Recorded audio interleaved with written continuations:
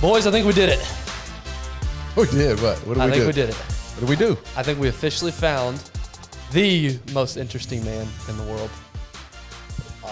Agreed, but where's the Dos Equis to go with it? Yeah, no, that's the fake. That's the fake most interesting man. We have the real most interesting man here with us today. You must not get out much. Yeah. There's your new marketing. I mean, now you just got to find an old brand that nobody wants that we were talking about earlier. Yeah. Just get them to sponsor you and like, hey, I've got a whole marketing campaign for you. Yeah. Shout out to Maxwell House. Like, but no free shout outs. So I often want 8 gallons of coffee. So I hope you reach out. And if you clicked on the link, of course, you know we're talking to Micah Fink, former Navy SEAL and founder and CEO of Heroes and Horses, which is, I'll let you dive into more what you guys do later on. But essentially, it's an immersion experience for veterans dealing with PTSD, mental, physical health, which I did a horrible job of describing it. But again, we'll dive in deeper later.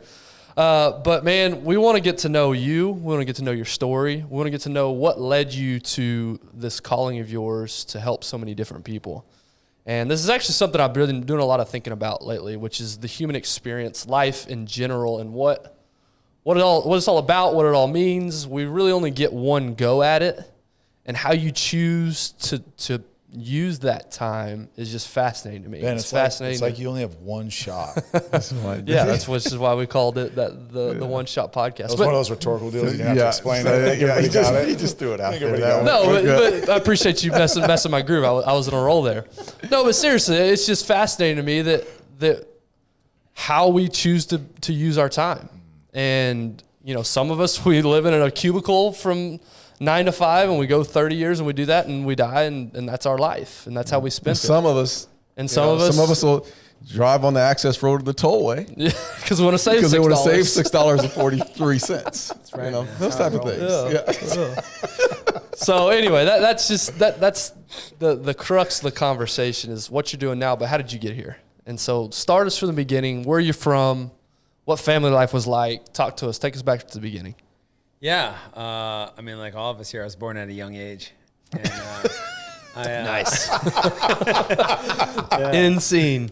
I love what you just said about choice. You know, I mean, so much of what I do is talking about choices and taking ownership of our choices and how, you know, to get to where we're supposed to be going, we have to gain wisdom to be able to wield the ultimate power that our choices give us. Real power that transforms the whole planet. And so, you know, when we're born, you know, we really don't have a choice. We kind of, you know, fall out where we fall out. And I happen to fall out in upstate New York, small town. Dad was a railroad guy, and later on became like a pastor, kind of got in like the whole revival scene in the 80s. You know, it's pretty intense, all the seizing and the demon. I honestly, I mean, I'm pretty sure that I've had more demons cast out of me than probably most people in the world. The world. I mean, it usually started like on Tuesdays. Mondays was kind of a day off, and then Here we go. we got heavy. Yeah. So it was wild. You know, I grew up in a small town. Really, my dad left the railroad, and then, you know, those were tough times in the beginning. And I'd done a podcast with some guy, and he's like, "Could you tell me about growing up in poverty?" I'm like, it wasn't poverty to me, you know. I guess like in the back then, I didn't really know any different, so it was normal. But we were making ends meet was tough, you know, for me. Like I remember having like, you know, it's like one pair of shoes, and you know, always waiting for God to provide or whatever, and those kind of things. And it was tough. They had like a traveling revival tent and stuff with a little electric sign with the arrow on it. You know, come in, get the demons out, and Jesus saves or whatever. Yeah, Jesus saves, it was wild times when we would go up in like inner city areas, and you know, would be up for like a whole week and be camping out there. And yeah, my dad started a little farm church at 600 people in my hometown at the time. I think there was like 12 people in my graduating class. So it was small. It was a weird microcosm, like upstate New York, because it's very rural. People don't realize that. But you also get this like influx of people like from New York City that are like running or hiding from things too. Yeah, vacationing. So, vacationing. Yeah. John Scarbone over here is taking a vacation, you know. But yeah, so it was a rough town. You know, I was like kind of a rough and tumble type kid, and you know, I never played any sports or anything like that. I boxed, boxing most of my life. Prove it. Put the gloves on. Oh, shit, don't point at me. Weren't you a boxer growing up? Yeah, but I was freaking Coming from the guy that's 9 never years old. I wasn't talking about me. I was talking about Darren. Don't point at me like the old man here. Take a licking. Shit. Yeah, I still love it. I mean, we integrated into what I do now.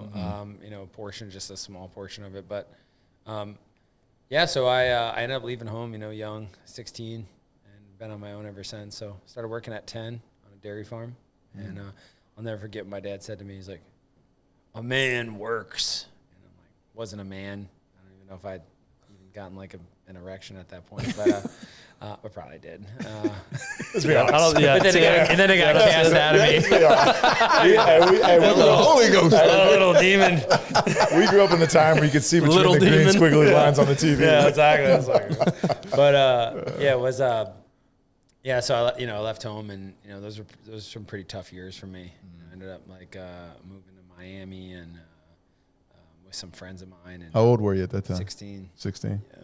Yep. So you know, those were tough years. You know, I was no food and no money, and you know, fell into a real tough crowd at the time. And so when I was 21, I moved back home. And most of my friends were in prison that I grew up with, and you know, I had changed and obviously become a full-grown man there, and I had always been working on and off through my teenage years as a lineman, climbing telephone poles. So I had a family that really I grew up with that was constantly always hiring me, and they taught me how to climb and how to do electrical, and so I had that skill and ended up starting my own business when I moved back home, and that led me to 9/11, where I was in Queens, New York, when the first plane hit the World Trade Center on 9/11. I was on a telephone pole at the time. And, you know, I saw, you know, the smoke coming from the city. Wasn't really sure what was going on. And Did you hear the impact? It's not that. I mean, No. look, Queens is right across the. No, I didn't hear the impact. Just saw the smoke, and I didn't even really notice it actually at the time. And my friend called me. I was like, "Hey, the World Trade Center just got hit." I had the little Nextel phones. Yeah. And I came down and watched the TV, and the other plane had hit, and then I decided that I would go into the city, try to help. You know, I felt like America. Was that an instinct, or was that just something that, like, hey, I probably should do something. The right thing is to go help, or was it like, no, I got to go? Yeah, it was just like, I got to go. I was just that kind of person. Yeah. Yeah. I'm that kind of person. And so, I mean, I didn't really have any skills. Like, you know, I was going to run down there and, like, I don't know, sell someone a bag of weed or something. Right. You could bring some telecommunications into some of these buildings. It's like, anybody need help? Like, 2 5s. So you know, I was playing drums, and, you know, I've been playing drums since I was a little kid, grew up playing gospel music and stuff. And so I was playing drums, and that was kind of my goal. I was like doing this job and making very good money, and to continue on in the music world. That's kind of what I was hoping for. But that day changed in my life, like it did so many people. So, yeah, I drove into the city. I got through like these security, you know, they were blocking the tunnels, and I had all these like tight security. I had all these like, you know, cable TV IDs and electrical IDs, and I just was like, we're a demolition crew. And I put my hard hat on, and they're like, come on through. And I like, that was it.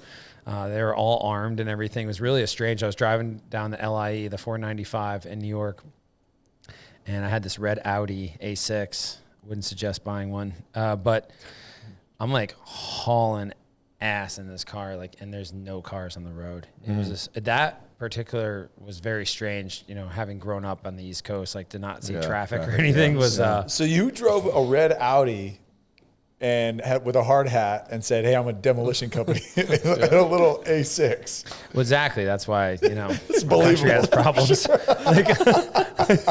Sure. Who is that guy? Yeah, but they let me in, and when I got down there, you know, the smoke was like billowing everywhere. Obviously, the 2 towers had fallen, and people were like running and exiting through all kinds of different areas. And I ripped the sleeves off my shirt, put it around my face, and went into the smoke. And I was there when the Tower 7 fell. I found a dead police officer with some people, and like, I don't know, some body parts I found, like torsos and watches and all kinds of things. And there's like this iconic picture of like the firemen putting up the flag by the exoskeleton of what was left of Tower 1. And I was actually sitting like right behind that, like eating a bagel when I had like took out of a smashed out cart. And September 12th, I climbed deep inside the World Trade Centers. I was like climbing down the steel beams and like steam was coming. It was the eeriest. It was the eeriest experiences of my life, like, because you could feel the death. Like, thousands of people died, and it was like, you could feel just the death, like the change. And so the next morning, I was like sitting on the East River with my buddy I'd grown up with, and he was like, what are we gonna do? Like, it felt like the whole world had ended. Helicopters, like the sun came up, was very eerie. September 12th, and I just looked at him. I said, I'm going to kill whoever did this. I'm just going to kill him, And he was like, okay, dude. And like, patted me on my back. And yeah, that kind of led my road to start like wanting to go in the military. And so I, went down to the recruiter in 2003. America had already been involved in the conflict. And, I started down that path and didn't. I initially tried to join the Army. I didn't know what the Navy SEALs were. I didn't run around like, it wasn't all like, oh, I want to be a Navy SEAL and go in Hollywood now. I mean, it was much different back then. So a recruiter came out and talked to me about it and showed me like this like 1980s video of dudes with like nut huggers on doing like flutter kicks and jumping jacks and stuff and like shooting like with swamp grass on their heads, which we don't do any of that, but it looks cool. And well, I guess guys pretend on Instagram, but I was like, I want to do this. And then, I had to get some letters from some judges. I'd been in some things, trouble, fights, all kinds of stuff. And so at the time it was like, we were at war. So everything was like, come on in, meatbag. Stamp that. Yeah, well, it's no problem, Jim. He's perfect. Yeah. So, I went in and, went in with a Navy SEAL contract. And, that's when I started like learning about like what the SEAL teams were. At the time I was working as a lineman and then managing like this like HUD housing project for this dude. This Nigerian dude fixing up his places and then working at a pizzeria on the weekends, making pizzas, So I was working all those jobs and working out and training. I'd wake up at 3:34 in the morning and I would run and swim at the YMCA and lift weights and box. And then, I showed up and, I may be did it. I may be ignorant, but so when you signed with the Navy SEAL contract, so is there any like prerequisites that any testing you've got to do in order to even sign for that? Because, and maybe at this time it was a little different, right? Because I think, Afghanistan really kind of, and, the Bin Laden thing really, really brought SEALs to the forefront of like American culture. Maybe a little bit before that too, but there has to be a long list because it's like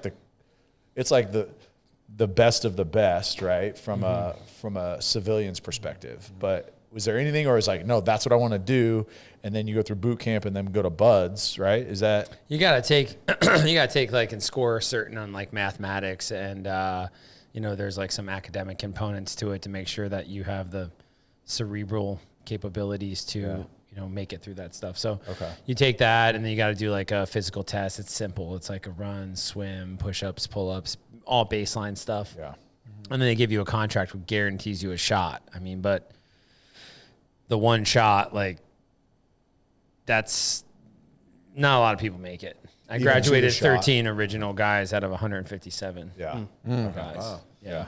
So when you were working all those jobs and training, was the drive or the that carrot out there just simply, I want to kill these people that did this? Like, what was the motivation? Yeah, I wanted to go to war. Yeah. Like, I wanted to go. I initially wanted to join and be an Army Ranger, and thank God I didn't do that. But I heard they walk a lot. Don't get me started. There's no, but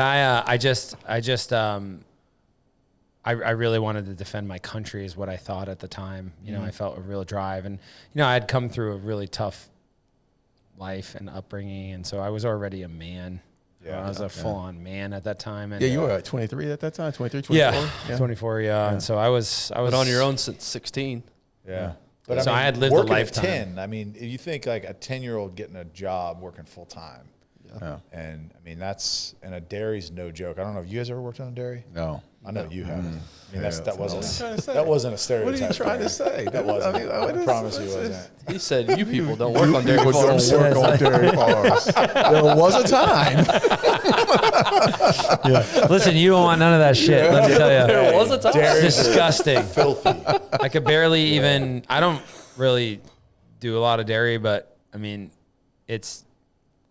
If you saw what went down in there, Yeah. it ain't right. Yeah. It's gross, especially in upstate New York where it's hot in the summer times. You know, I used to have to tie their legs to these like stanchions and clean the udders, and then put these like machines that were hooked up to these like air compressor things that suck the milk out. You know, and these things Yeah. are perpetually lactating. Yeah. You know, so they got to be constantly pregnant, you know, constantly lactating, constantly. They pull the calves off, they sell the steers.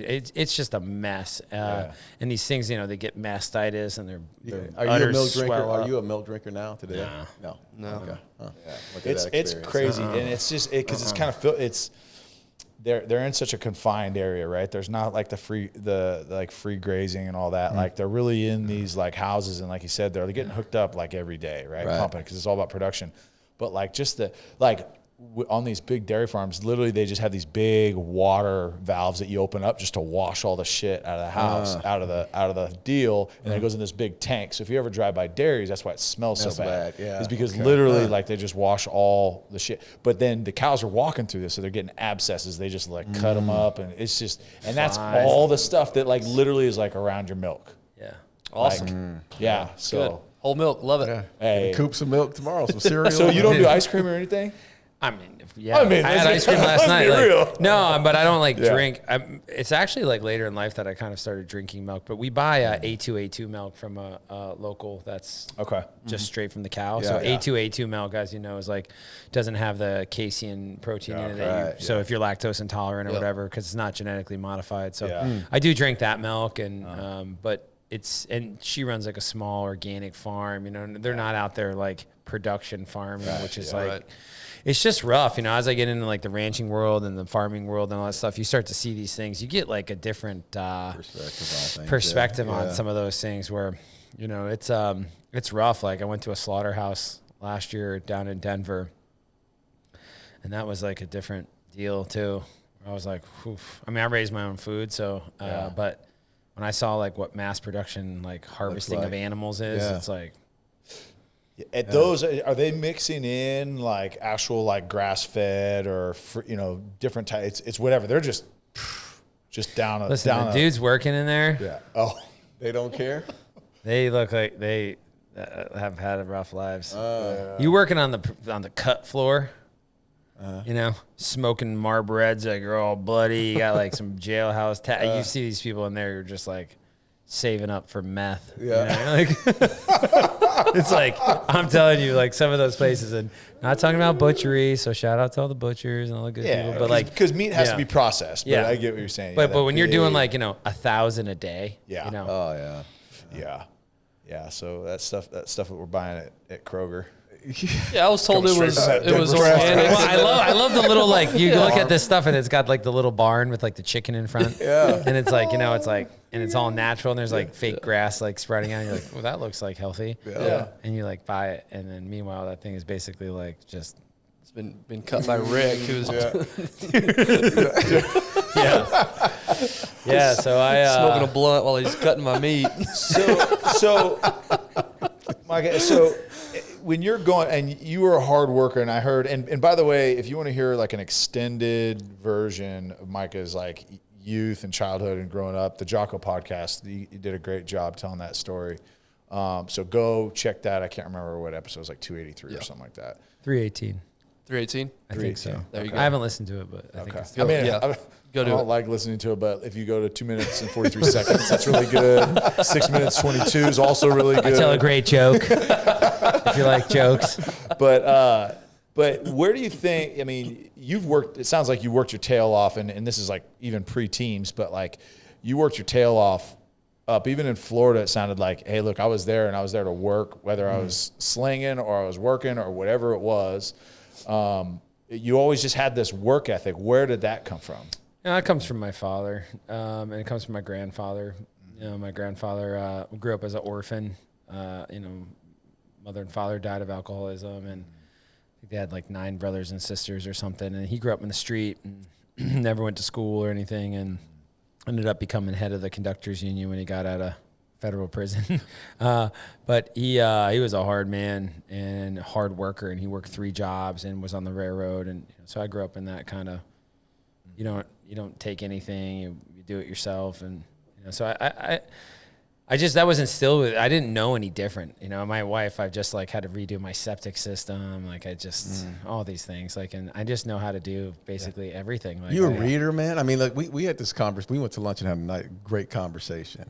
Yeah. And just listening to your background, we talked about, the Bible. We had a nice little, scripture I learned more in 5 minutes than I learned my entire life going. But I'm going listening to you, and you're telling me your father was a pastor, so you got that background. So you must have been, in the Bible, hammered down, right? And then you go, you're on towers, you're climbing, you're a climber, you're doing a lot of. There's a whole lot of background. Do you think that's what's made you who you are right now? Because you're a doer, you're a reader.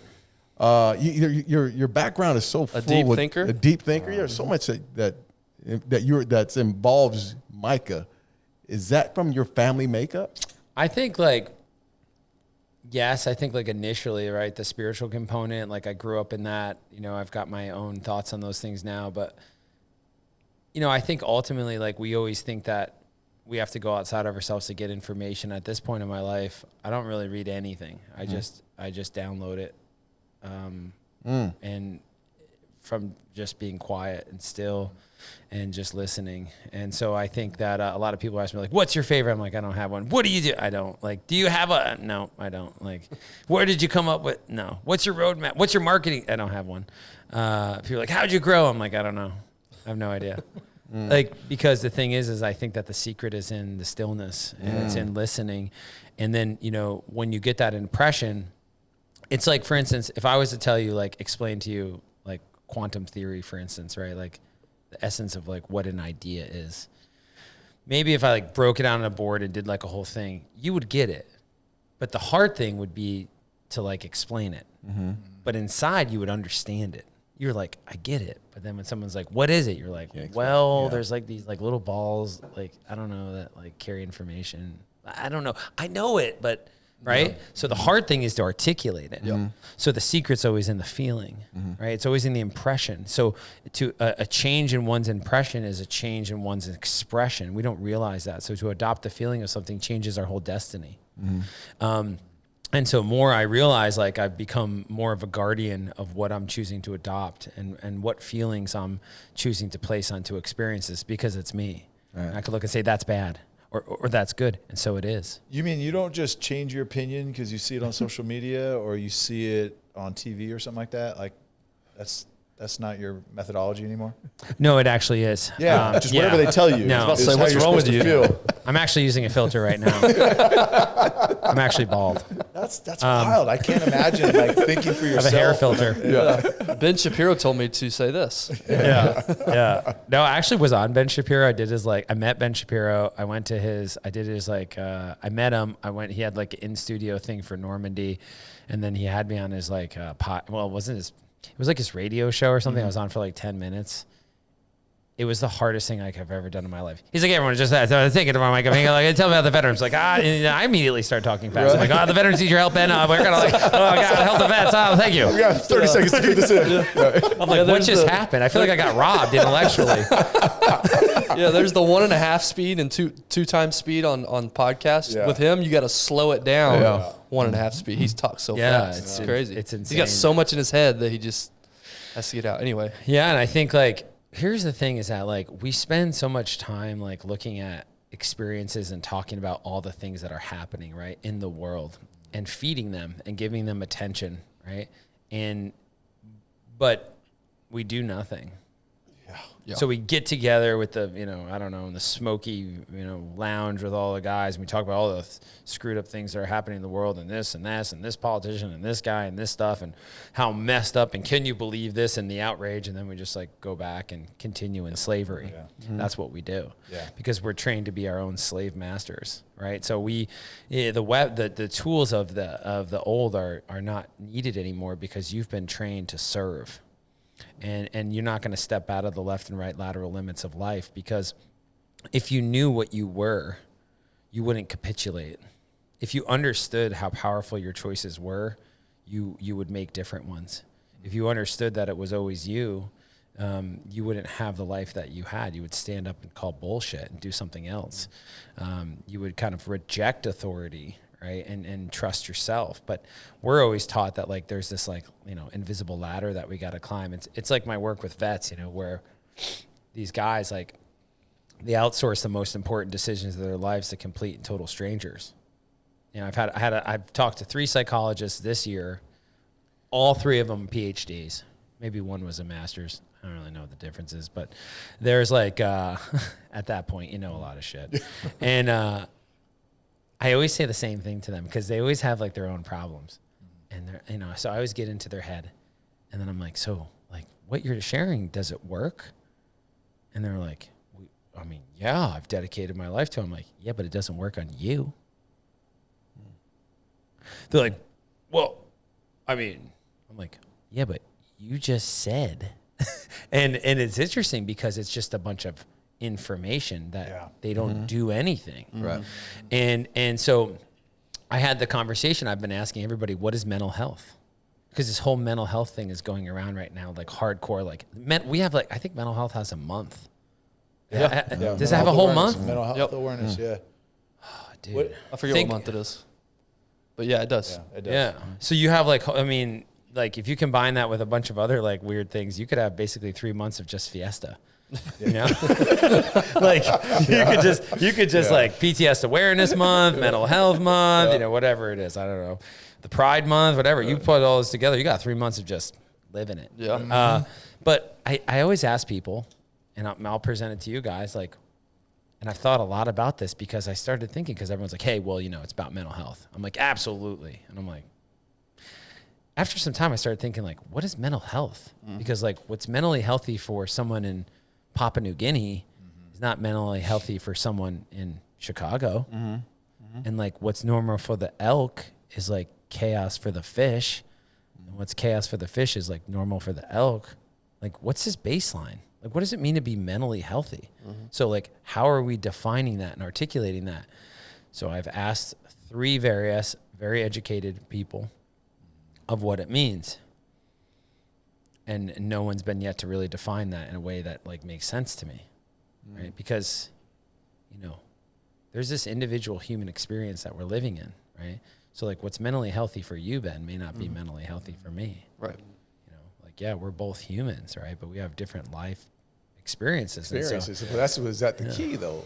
Because have you always felt this way, or is it because you've gone through trauma in your life? Oh yeah. But life is trauma. Yeah.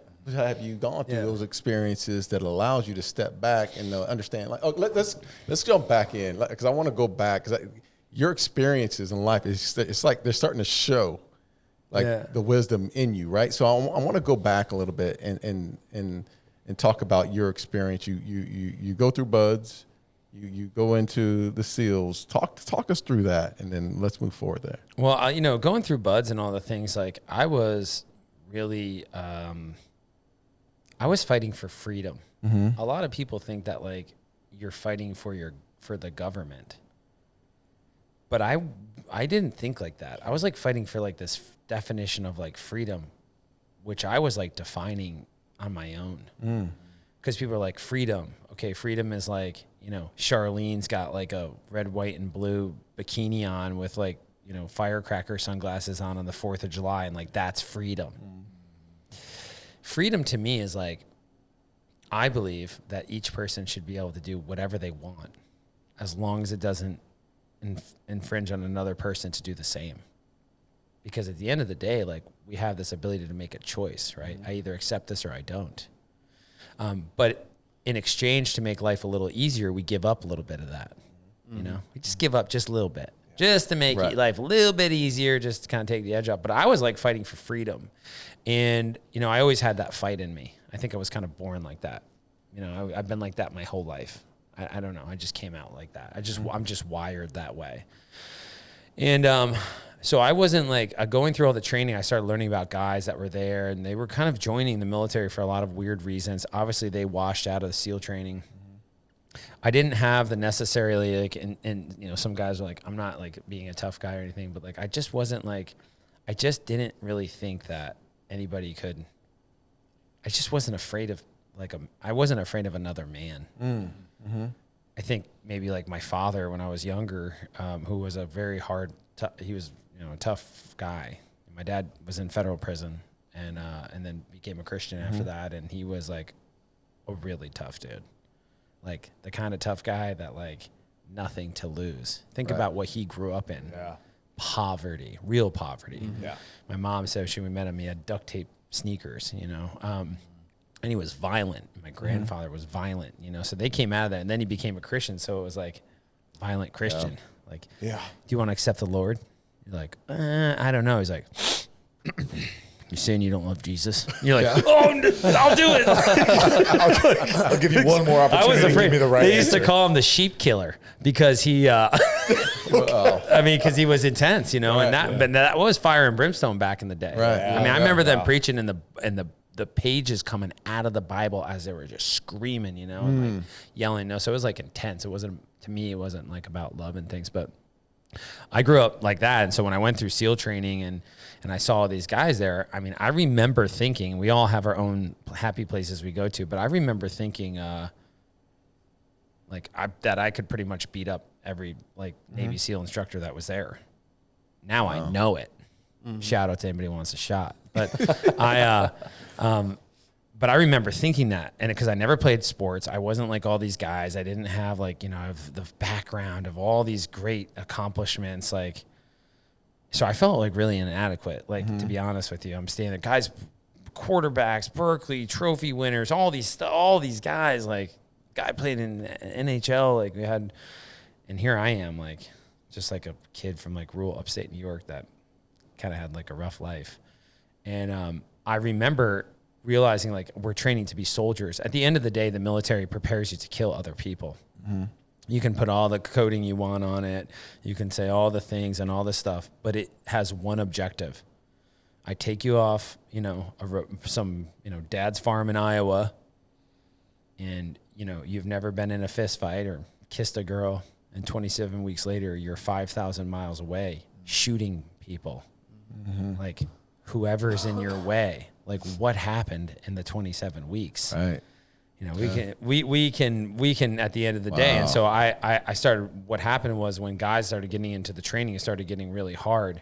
Everybody just started disappearing. Yeah. It was unbelievable the amount of guys that I was like shocked. Like I was like looking at guys like, man, that guy's like a super athlete. And then just seeing him just like crumble. But like Darren and I haven't been around people. Darren, most people would think that about Darren, right? It's like, okay, he's elite, right? He was the quarterbacks, he was the wrestler, he was like all those people you saw in Buds, and it's like, oh my gosh, like he has something special. But like being around those people, realizing that look, they are just broke people too. They're the same. Did you recognize though in that moment, because I think I'm assuming that now at this point with the wisdom that you've gained through your experiences, you're just like, okay, those hard times, those hard things, they prepared me more for that than any elite athlete could have ever been prepared.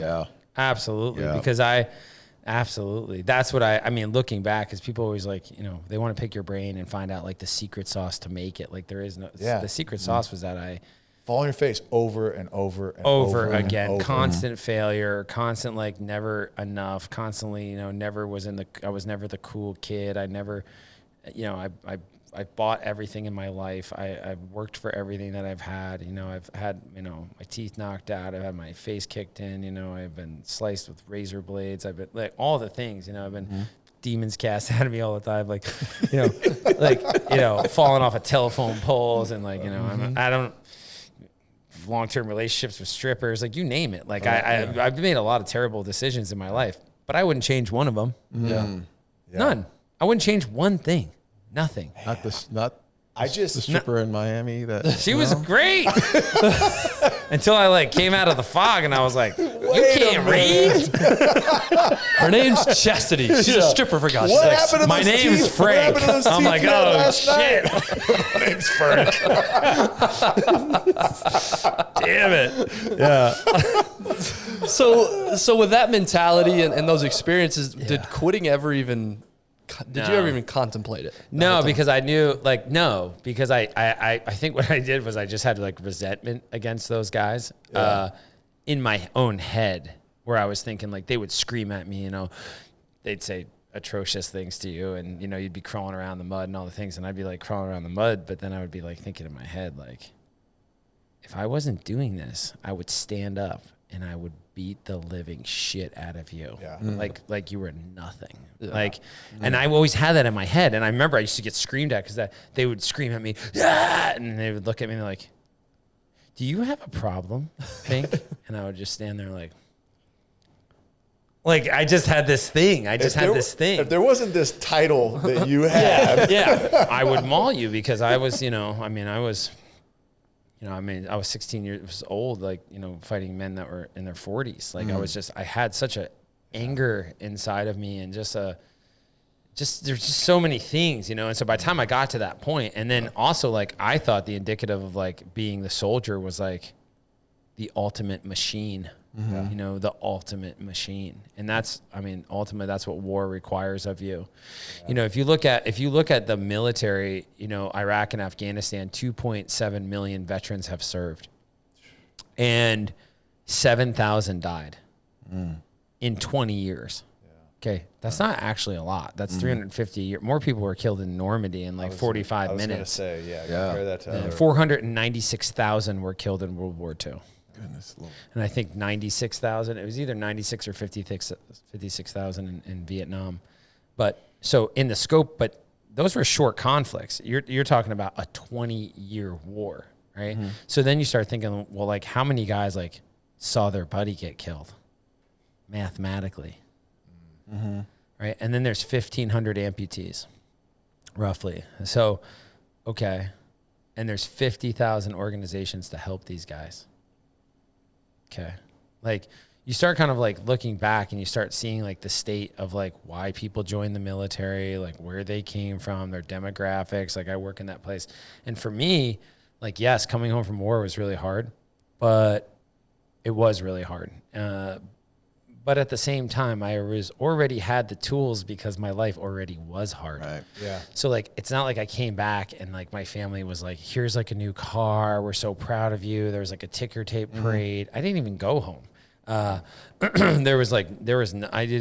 was just kind of moved on with my life. I didn't, later on, looking back, I had some issues, but I had already met so many obstacles throughout my life that it wasn't the end all be all. While I got home, I've heard so many stories from so many guys over the years where it's they got home and their parents bought them a house and they just kind of were, dad got them in the law firm and they kind of, and their life fell apart and they were just a wreck and they started drinking and doing crack or whatever.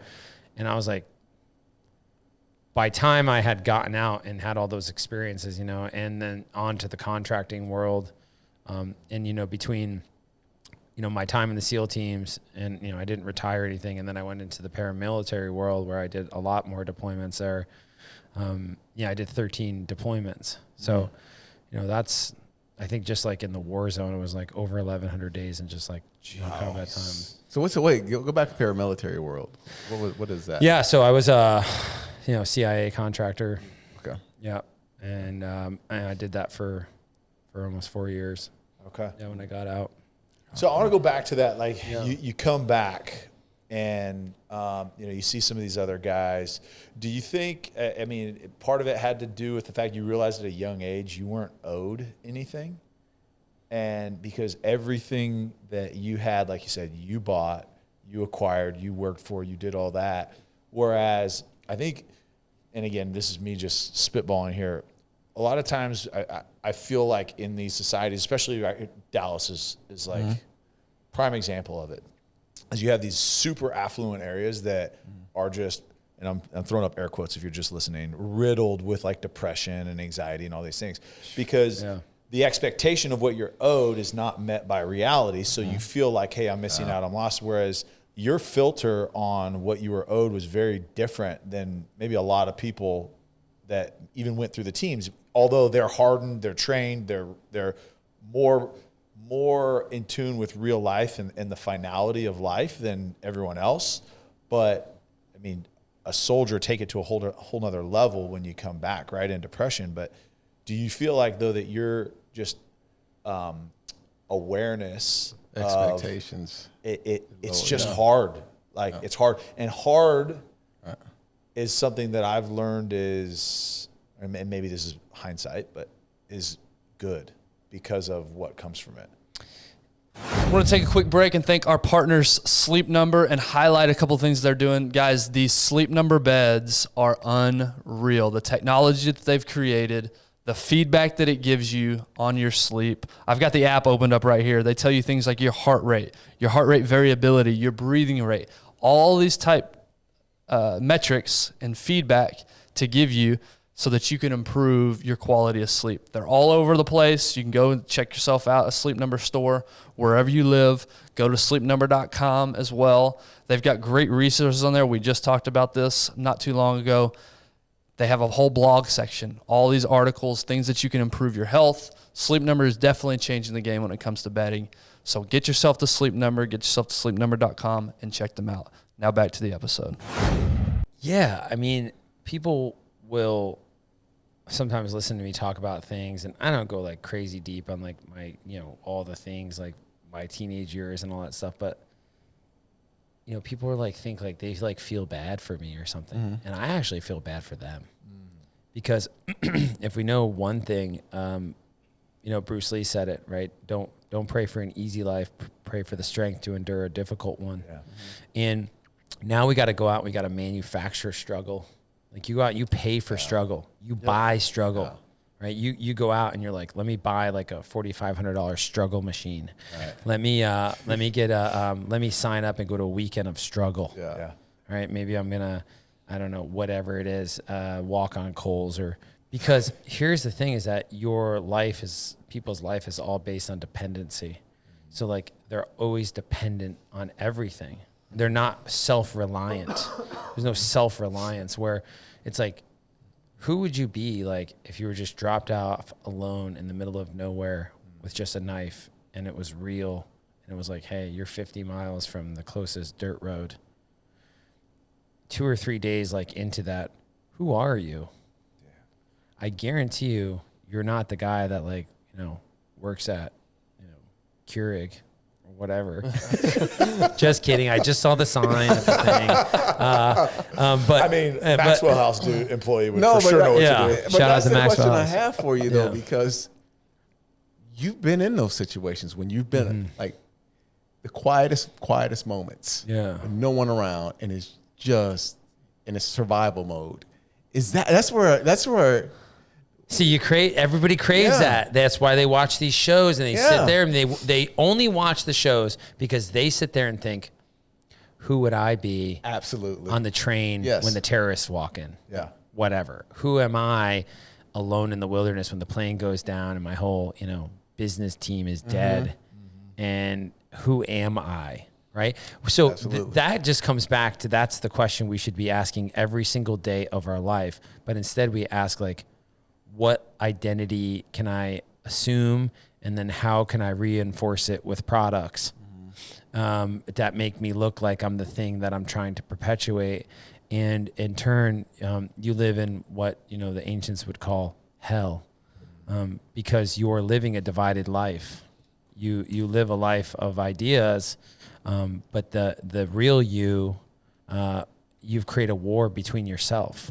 You create your own war where you are ruled by the mind, and you reject the desires of the heart.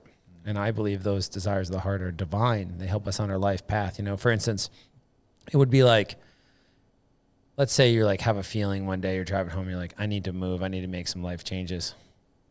and you're feeling it, and then you're driving and all of a sudden you're like, I can't do that. Like, what if Sally's not gonna, her mom and dad are getting old and they need her to wipe their asses and do all the things. Like, I can't, I can't do this. So then a year goes by and you're kind of like, you think about it, but you're driving on, things are going good. And then your house burns down. And then your wife's like, we should move. See, what happened was your true life path bypassed your conscious reality, the mind, and went straight to the will, and you got forced into doing it. But it only happened because of trauma. Where you're like, that's when you're like, I knew I should have done that, right? You knew it, but then the mind overruled you, and then you created a polarity within yourself, and the next thing that happens is unfavorable because you're going to go. Right. You're going to do the thing. You can keep rejecting it, right? But eventually it'll take your sight away, take your arms away, it will break your knees off, right? Whatever it will be. And then you'll be like, why is this stuff happening to me? It's you. It's you resisting. It's you resisting it. And so it's not that, we're not here just bumbling through this like life, just like bumbling through, like we just kind of come here and, try to get some stuff and make sure we got like a 401k and like all these things, right? I always tell people, and people can say, oh, you're so, I don't know. I don't even know what bank accounts I have. I have no idea. I don't even know. My wife pays the bills and I don't care. I used to be like all in there, like, honey, gotta make some sound decisions, So we have stuff, bunch of forks, things, more shoes. I need another 8 pairs. My priority is to really figure out like what I'm supposed to be doing and why I'm here, and to follow my heart, follow my intuition, and that's a real thing. And you can only do that when you make space to listen. And when your mind is inundated with information or identity projection, you can never hear that voice inside of you. And so you never become a creator. You just become a reactor. And so you just react to what you think you should be doing, and you lose all ability to create. Yep. And and it's designed like that, because if all of a sudden everybody started realizing, like, wait a second, it's me. I have real power, like, oh, that's the most powerful man in the world. Okay, unless I give it to them, they only have it because you give it away, and you do it. Under the guise that your life will somehow become easier, and you destroy yourself. In turn, you become your own slave master. Yeah. You get your ass. Here's the thing. You can either, take the 2 paths in life. You can either rise to a destiny, or you can fall to a fate. And your fate will be, your mind will take you to a fate. And your destiny will be led by your ability to follow your heart out in face of any and all external circumstances, right? So mental health is using your mind without your mind taking over. That's strong, what man. It is. That's the definition. I'm telling you, like, I always say, like, oh, I'm like coining this like new term, but you know what? I am, because your ability to place feelings on experiences will dictate your destiny. Sally walks in as like, I don't love you anymore, I'm leaving. And you're like, I hate her. I want to kill her. Like, I'm bitter. I'm getting an attorney, right? All the things, all this stuff. You're meeting guys. You're sitting there. You're drinking beers. So I do this. Or you could just be like, I understand. Let's figure out how to separate things, and then move on.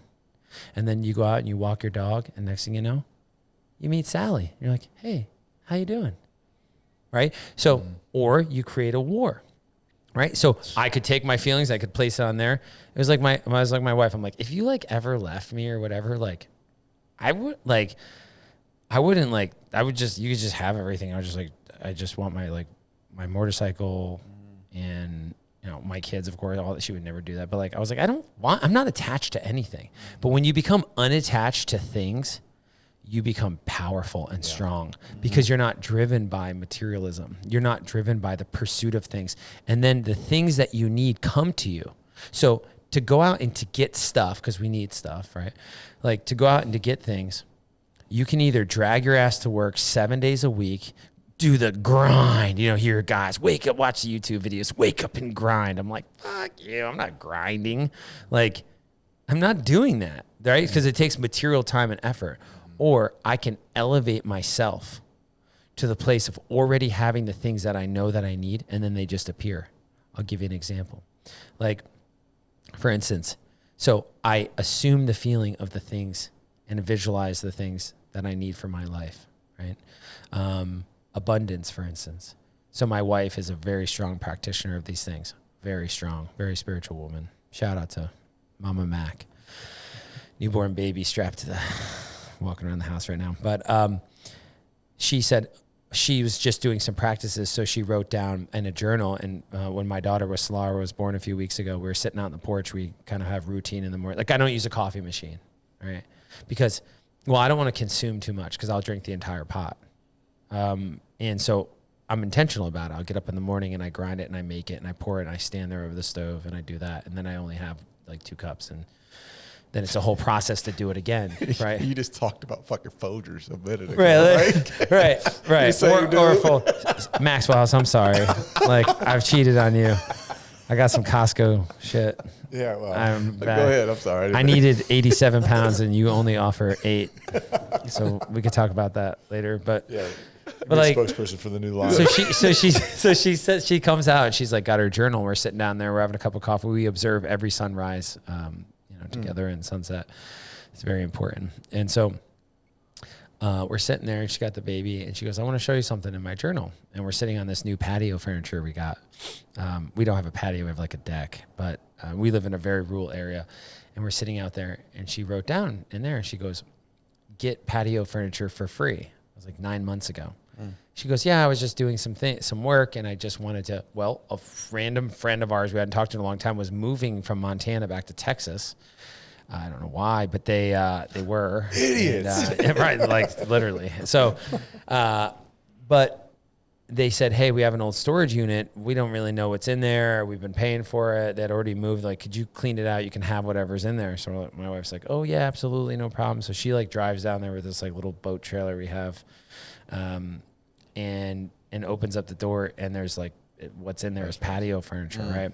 Now you could say that's a coincidence. But is it? The answer is no, because there is no such thing as a coincidence. You know, people say, "Oh, that's a lucky punch." It's like, yeah, but I was trying to punch you, right? Yeah. Like, it's not lucky. Yeah. See, there is when you begin to realize like this is what people have always done throughout history. They've changed themselves to a place. They've elevated themselves to a place where they live, even though they don't actually have the things that they need.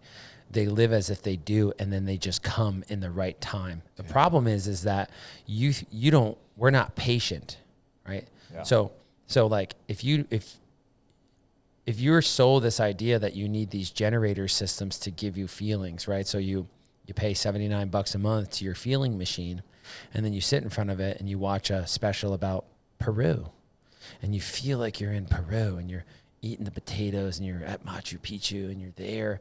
And then it's like, and then you're sad because you're not in Peru anymore, right? So like, and you got to get another subscription to another thing to get more feeling, right? Or you need to be entertained, or, it's like we're bored, or what do people do out here all the time, right? So all of your life is outsourced to purchasing generator products to generate feeling for you that you yourself should be generating. For instance, like you look at your wife or your spouse or your girlfriend or your boyfriend or whatever you're into, and you could say, do I love you, or do I only love you because I want to feel love back myself? And in turn, your relationships are parasitic because you're expecting that person to generate something for you, and then they fail you, and then you curse the person. That's right. You curse the person. Hey, I'm not getting what I need from you. No, you're not getting what you need from yourself, right? So guys, like in my work, with Heroes and Horses, is that they are completely lost in searching for results to problems that they've created themselves, to systems that exist outside of them, and they become slaves to the systems. Like, here's the deal. If you think that like the answer is inside of a substance that was created in a lab that's going to get you back to a predetermined state called normal, which we already talked about that. Like, what is normal? Right. And by the way, is there like an expiration date where you take enough and now you've like, they come in, they never tell you, you never come in. They're never like, okay, well, the 3 months is up, Bob. You're healed. And you're like, thanks, Pfizer. Like, you know, and no, it's never like that. See, because it's all designed to keep population at heel. You need to be at heel. The veteran's identity keeps you at heel because you just go around telling the same stories and regenerating emotions and feelings from the past, and then becoming the victims of the experience. And then life goes on. You're 30, 40, 50, 60, 70, 80, and you die with the jacket on, with the hat on, with the stuff. And, you know, you never do anything with your life. Great. You've never challenged anything. You've never upended any systems. You never stood up and raised your finger and said, hey, bullshit, I'm not doing that. I don't care what it costs me. I don't care what it is, right? So like the revolution starts with inside of us. So you talked about freedom as, oh, I get to do what I want to do as long as I don't hurt anybody else. What you just described to me, that's true freedom. True freedom. Not being bound by those ideologies that are outside, the materialism, all those things that you just described. I mean, that's true freedom. So any and all construct. Yeah. To be free, you have to unbind yourself from any and all construct. Yeah. And identity being one of those. And it sounds like, and I want to talk a little bit about Heroes and Horses and how you got into that and some of the things that you're sharing with these veterans, because identity is a huge thing. You just mentioned it. It's this, professional athletes on a completely different level. And I always have to preface it. There's some similarities, right? Because I lived on this mountaintop for a short period of time, right? And that's who I became. And that just fully encompassed, oh, I'm Tyler, the football player. I played for the Cowboys. Like, okay, cool. Like that's something that you did, but who are you? And veterans, a lot of guys from, interactions in my experiences, it's the same. It's, hey, I'm a veteran. No, I mean, technically, but that was something you did, not who you are as an individual. Yeah. And so how is that part of your program? And how do you instill that? And then really kind of what's the mission? I want to hear a little bit about the history too. And I know I just kind of like rambled there for a second. Didn't make much sense, but I'm blown away at this because this is something that I wrestled with and I thought I had a grasp on it coming out. I thought I was going to do it well. And it was, like you said, it was still really hard. That transition into that civilian life out of that highly intense mountaintop experience into something else. It's hard, but identity was something that I thought I had a grasp on and I didn't. Yeah, because, first I want to say is like, I don't consider myself like anybody special or anything like that. Like, I don't consider myself of like, in any way, I just consider myself me. Like, I don't like, I'm not trying to get anything. Like, I'm not trying to be the next, nothing. It's interesting. I did try that out in the beginning when I first started Heroes and Horses. I was actually laughing because, I was broke. I was like trying to be the cool veteran, like cowboy thing and, to build up the program. And for about 3 years, I did that. I kind of like did what you're supposed to do. I remember like there's this photographer, like he'll never listen to this, but I hope he does because he's like just the fakest human being on the planet. Like I remember and look I did it. I remember laying next to his air conditioning unit, like holding elk horns, like in Montana, like, and they're like taking pictures, and I like that. It's like a fake bloody rag, or I was out cowboying. They would like throw snow in my face and like all these things. Right? I look back at that person that I was, and I was just like, it makes me want to vomit because I was never like that in my life. Right. But like, technically, so I had like a big Instagram following, right? I had like, it was really like, talking to the masses and whatever, right? But then like I all of a sudden just had this like awareness of like what I had like become to try to build my organization. I was using it as an excuse, right? But really I was just feeding my own ego. And so then I just like went on like on a Wednesday, I just deleted everything. Like this girl that worked for me was like, I mean, I just deleted it, like nothing. I didn't even like save the pictures or whatever. I don't care. And that actually started like a huge journey in my own life because I was like, I don't need these things. Like if what I'm saying is true, I don't need them. I don't need to get in with anybody. Yeah. Like, unless of course, like people come along and they're like, you know, like Jocko's like a great example, right? Where, like they, you know, give a platform or whatever, like, but like, I'm not out there trying to like align, just like sharing like that my only identity that I want to have is like one of truth. Yeah. You know? And so these become things that you have done, not who you are, like you said, right? But what happens is that the mind, you know, it has some dots to connect backwards to say that in this space, you have accomplished some things and you are successful. So it's easier to connect the dots backwards to say that I've done some things rather than go forwards because there's no data that I actually can do anything else. Right.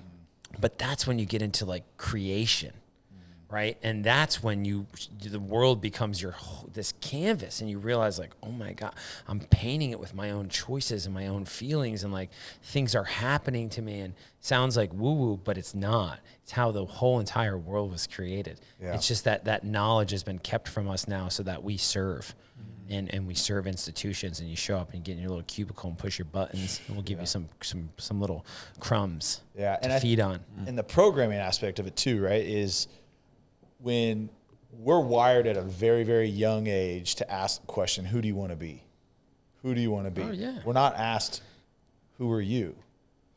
Like, who are you? Like, I, for me, and this is like a very recent thing, is like actually taking that and creating that space. It sounds like you and your wife do quite a bit. It's like, okay, who am I, right? And then following who you are, and again, what you need will manifest itself, but it's who am I, so I'm true as I'm going on this journey, as opposed to not being programmed to say, okay, hey, I've got to make 6 figures, I got to get a college degree, I've got to do this, I got to follow this path that others have created for me. That the lucky few, maybe that aligns a little bit with who they are, but most of us, right, we've chosen paths that we think that we need to take because that's what we've been programmed to think because of all these other things. But when you are asking that question, and this is kind of more of a question to you, is when you're talking to veterans, I mean, how is, as they're coming out, is like, who do you want to be? Or is it, hey, who are you? Like, and know yourself before you can ever like follow some new journey. Yeah, the every year each class has a belt buckle, and the saying this year is know thyself. And I think that's probably, I had all these other sayings, you know, not a vacation or think greater than you feel or whatever. Then I just realized like there's nothing, that's it. That's it. Because you never find what you want. You always just find what you are. Yeah. You know? And the thing is, sometimes when you get a look at that, it's unfavorable. Yeah. Because you realize, like, what have I become? Yeah. I've created something for myself that I hate. And I live inside my own prison. And I'm the captor of myself. Mm-hmm. And, you know, I think that, you know, with Heroes and Horses and the creation of that, it's essentially a reflection of my own life path. You know, when I started out, I was the quintessential, like, former Navy SEAL, cool guy, contractor, whatever, CIA, all the things. And I was really just like, I think I was ultimately just afraid of not being a thing anymore. Because now all of a sudden I moved to, like, rural Montana. I'm up there, you know, I start this program. I spend all my own money. I'm, like, trimming trees and doing like side roofing jobs. I can't really pay my mortgage. I'm like thinking like, you know, I've got some accolades in my life, some things, and I'm feeling like in society standards like a total loser, right? Like it's but what I was on like it was a great gift. It was a crucible that I was in to dissolve, like I had to be dissolved. And I had to get to the place where I was like willing to look at myself in all honesty and truth about who I was as a person. And to tell you the truth, like, I didn't really know. I had, like, lost it. I didn't really know what I was. I was, people would say, like, oh, you know, who are you? So tell me about yourself. And it was always like, well, I did this, and I did this, and I did that. I went here and went there. But it was like, yeah, but, like, who are you? And you're like, well, like, what do you mean? Yeah. Right? Like, what's running everything? Like, Right. you know, what's running everything? And so as I went down, you know, I've crossed 18 wildernesses on horseback. I spent a lot of immense time alone with myself, in the horses, in the wilderness, away from technology, away from things, you know, and, you know, I got to a place in my life where I like was living like just like a monk. I just like, you know, I think I went like, I don't even know, this year, 80 days or something without taking a hot shower or eating a piece of sugar, meditating, breath work, cold plunge, saunas, horses, like sitting around the fire, like, and then you get to the place where all of a sudden, like, awareness it always shows up as an awareness, like where it just comes up and it's an awareness and you're like, whoa, what is that? And it's, and you have to be willing to walk that backwards and say, well, what is that? Like I had for instance, I was been off social and a girl that works for me was like, oh, could you do some stories or whatever? And I was like, yeah, sure. And I hadn't been on like a long time. So like I get on and of course I'm like, you know, I started scrolling like, and what are these reels looking and I started seeing all these guys that I knew and everyone's like dressing up with the cowboy hats and doing this, you know, smoking the cigarettes and looking dusty or whatever. And I'm like, looking at it, started bothering me. And then I was like sat down with my wife the next morning. I was like, man, I'm like getting like a feeling like anxious about it. She's like, you know, because what you see those people doing, you know, you hate about yourself because that's what you did. And you're not okay with the person that you were. Right. So you have to remember yourself and be okay with version, you know, 38.0 or whatever it was that was doing those things at the time. And then I was able to look and be like, it's true. I hated myself for selling myself out in the beginning like that. And so then when I saw other people doing it, I judged them for it because I didn't like it about myself. And then, okay, so then I worked through that. And then next thing you know, boom, like other things. And then so as you start doing the work, it always shows up as an awareness. And then you have to be able to go right at it, see it for what it is, and then you gain wisdom. Because wisdom is remembering everything, but without the emotional charge. And so when you can separate the emotional charge, you gain wisdom from experience. And experiences are the greatest gift to mankind because they teach us who we are. And so without them, so the whole life is told to make it easier for you and only give you certain experiences that make you feel good, right? But in turn, you hate yourself and you become depressed and you become neurotic because what happens is you're actually committing a form of death, suicide. It's a suicide. Suicide by, you know, great food and great cars and everything you wanted in your whole entire life. And it's and deep down inside, you're like, I'm dying, so maybe I should try to get more. Maybe there's a cap. Maybe it's 1 billion. No, maybe it's 2. And then maybe it's 10, right? Are you talking to me, man? Are you freaking talking to me? Like, He is. because he is. Yeah, because when you realize everything that you need, you already have. Yeah. Like you're already it. And listen, some people, you know, have to me are supposed to have those things, right? But those things can't rule you. They can't be why you exist, right? And so it's like, for instance, people think you know, it's like a rich man passing through the eye of a needle, where you know, it's easier for people think that's referring to people like entering heaven, but it's not. The eye of a needle is a place, I think, in Petra, where the caravans would come through. And so the wealthy landowners with all their camels and their, you know, remudas of animals would have to leave everything outside the city to enter into the safety of it. And so, because their caravans couldn't fit through the eye of the needle. That's not a literal saying in the Bible, because my pastor told me if I have money that I'm going straight to hell. That's what I thought growing up. Right, unless you give it to him so that he can have That's it. right. Because so he can steward it. Right. Exactly. Because the cattle I heard a guy one time, he's like, God owns a cattle on 1,000 hills. And all I want to do is kill some of those cattle and make some money for the kingdom. I was like, Make some money for the kingdom. you started beef business with Jesus? I didn't know he was in that market, but you know, but it's you know, when guys come to Heroes and Horses, they always think, you know, that I'm going to teach them something. And I do, about horses and all the things about, you know, ranching and roping and riding and shoeing and all the things, right? The hard skills. But I actually don't do anything. We just set them up in a 41-day process where they learn about what they are. And, you know, people change two ways. They change through pressure and time. And it's either an extreme amount of pressure in a short amount of time, like a IED blast will turn you from a solid to a gas at 30,000 feet per second, or a drop of water on a stone over 1,000 years.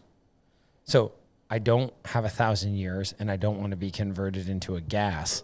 So like, what exists in the center, right? So pressure and time is how we change. And so, you know, over 41 days, the process does it, where you eventually can't get away from yourself. Yeah. See, there it is, right? You can't run from does everyone make it through? Does everyone make it through those 41 days? No. Or have you had? We have guys quit. We have, you know, I had a guy come through who was an actor, and I actually didn't want to select him. And a guy that works for me was like, we got to take this guy. And he quit like early on in the beginning. And it was interesting because I had a conversation with the guy before he quit, because it's like he had lost all sense of reality, right? Because think about what an actor is. You are the best at pretending that you're not you. And if you're the best at that, not being you, then we'll give you a golden statue and make you famous so you can convince other people to not be themselves either. Yeah. Because we can't have people running around with all this creative ability because then they'll upend the system, right? So, okay, so like it was interesting because when you lie to yourself all the time, you know, you live a life of lies. And the lies are simple. Like, for instance, you know, well, I'm only eating these donuts because my dad was mean to me. And, you know, that's why I'm doing it. You know, you lie to yourself. You say, oh, Monday I'm going to start working out. And then, shit, it was little Timmy's birthday and you're up late and I'll get started Tuesday. You lied to yourself. You weren't honest with yourself, right? And then you become comfortable lying to yourself. Right. And then you actually look for excuses to continue lying to yourself so that you don't have to do anything, right? People are like, oh, you know, I'm like, 300 pounds. Like, why? Well, you know, it's genetics runs in the family. Okay. But if you ate a carrot and walked from New York City to LA, would you lose the weight? Well, yes. Okay, so it's a choice. Well, okay, like, sure. Yeah. But it is a choice. It's always a choice. See, choices are so powerful. And so what happens is with students is they get presented with choices. They walk, 80 to 90 miles to meals. They'll do 41 days in a cold plunge, 41 days with no hot showers, no hot water, 41 days in a sauna, 41 days of working out, 41 days of meditation and breath work, 500 to 600 miles on their horses. They'll do 2 Lakota sweat lodges. They'll go through a leadership course. They'll sit around the fire every night and they'll read 2 books before they come to the program. They'll live in wall tents and have an outhouse there and with no running water. And, they'll get to a place, where there's no digital detox. So all day and the evenings they can have their cell phones when they go back up. But it's digital detox and the removal from those things. And so what happens is as you get into the present moment, right? And as you begin to kind of start to walk your life, all the dependency goes away. There's no dairy, there's no sugar, and there's no cheese, there's no honey. We do the anti-inflammatory, I hate to use the word diet, but anti-inflammatory way of eating. So there's just meat and vegetables, water and black coffee, Maxwell House. But there's shout out to Maxwell House. You can hit me up on FM radio. But picking it up, moving up from AM, huh? But there's like all of those things it takes that much pressure and time, what I realize now, for people to begin to really, and that's where the work begins. So when you leave, that's when it actually begins, because you go from, guys are like, oh, I'm here. I'm like, this is real life. I'm like, guys are always like, I get back to real life. I'm like, what do you think? You're living fake life? Yeah. Look at that black and blue bruise on your life. Is that fake? Yeah. That horse kicked you. That was real. Yeah. Right? Like they get back into what we call routine life. Okay. Routine life. So now you have all these tools, and you have this knowledge. And that's when what happens is like, it's a dangerous thing. I tell guys, I'm like, it's a dangerous thing to come here and to make it through and to graduate, because what happens is even when you go home and you return to the trough, right? You go back to the trough, you're like, maybe I'll have some, chug a few beers with the boys, go and do this, do that. Let me tell you something. Now and in my personal experience is that you're held to a different standard by the creator, or by the universe, or whatever you want to call it. You're held to a different standard because now and you're making a conscious choice to go back to that. And then what happens next is not good. It never is. And because you haven't, you can't fall out of your choices, and that's love. True love is not falling out of your choices. And that is like, when you understand that, like, I realize, like, in my life, like, to have courage, I always thought like courage was like storm the gates and, run up the hill or whatever, shoot it out, not be afraid or whatever. But like, true courage is the absence of fear. And fear is the absence of love. And so to have courage, you have to have unconditional love without condition. And then when you have that, there's no fear, because they don't exist, right? Like, so you like, unconditional love is where true courage sprouts from, where you can look and you can say, there's 10,000 men out there, and you ride out on your horse like Alexander the Great. Right. True courage, and 10,000 men look and are like, oh shit, and they run away. One guy, what is that, right? See, you can feel that real courage. That's why you can look at somebody and you can look right through them when you're in a state where you're able to sense a person and not think about them, and you can feel them, and you can say, like, that person is afraid. Like, I can feel it. Sure, they may kind of show you a little kind of some outside stuff. They're hitting the weights. They look like this, but you can feel them. Yeah. You can feel it. You can sense it, right? So when guys become aware, right, it takes love to be. It's so easy to be like angry, right? It's so easy to just be like, I said knock it off. But it's really hard to be like, would you guys quiet down? It's so easy, right? Because love, that's why love, like, you think about Jesus, like, he's like, hey, by the way, like, forgive them because they don't know what they do. Gosh, yeah. Right? Think about it. That's real courage, and that's love. So love, it's ultimately about love, but you have to love. You're made in the image of the Creator. Yeah. And so you have to love yourself. So your ability to love is only related to your ability to love yourself. But to love yourself, you have to know what self is. Right. And then you become the expression of that. You have to get there. Like, so you got to get there. And I'll give you a quick example. I went, and I told Tyler in business, I went hunting for the first time. What, a year and a half ago, Tyler? Nice. Was that? No, it was last winter. It was last winter. Yeah, it was a year. It was for the first time that I've been somewhere by myself, like alone. Like, we're first time I've been hunting, first of all. We're scattered out, and I'm sitting there, middle of the day. It's 3:00 in the afternoon, and I'm by myself, and I started to have these thoughts come in my mind. Like, I was getting to know myself, because I've always been the guy who feels I'm a filler. I fill my time with busyness in every aspect. It's just business, friends, do. And it was the first time that I sat there, and it was a vulnerable time for me, because I was thinking, damn, I don't know if I really like myself. Like, I don't know if you know what I mean? I was going through, and this is only, I can imagine 41 days, but this was one day for 2 or 3 hours of being alone by myself. And that's the thing that, as I was in that time, I was stripping myself away a little bit, getting to know myself. And I couldn't imagine doing that for a longer period of time, because that's where the growth would be for me. In that gap, I probably grew. And I know in my mind, I came back and I specifically called you, I talked to you, Ty, like, I need more of that, because I kind of, I was vulnerable at that time. In the present moment. So what happens is you were listening for the first time, because you weren't busy. We got to get more and more stimulation to keep us away from the knowledge of ourselves. So everything's force fed to you, you know, like everything is force fed to you. Be entertained, turn on the TV, you know, it's called television. You know, it tells you a vision.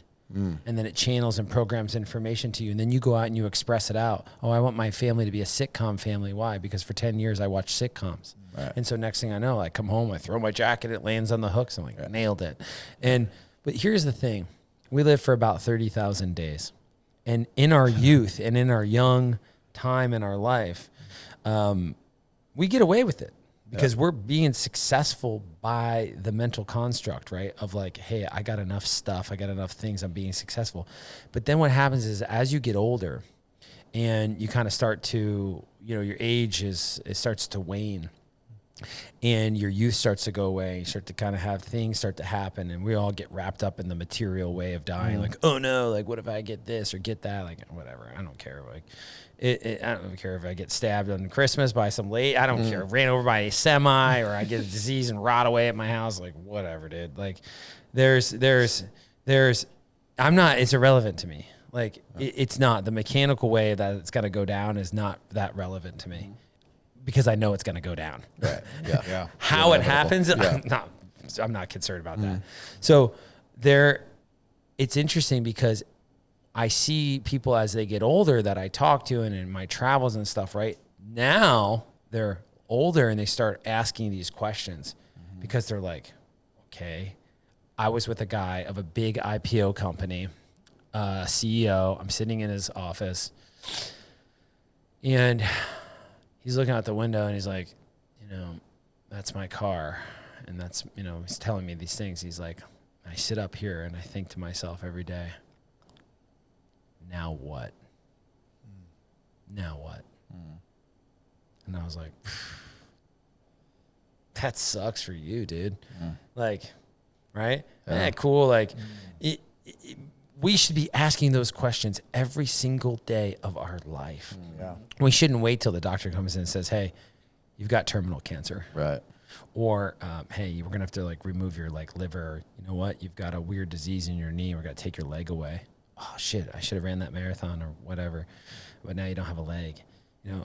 So like we should be asking, my suggestion is that society stops what they're doing right now and begins asking that question of like, hey, it was inscribed in 1400 BCE, know thyself, know thyself.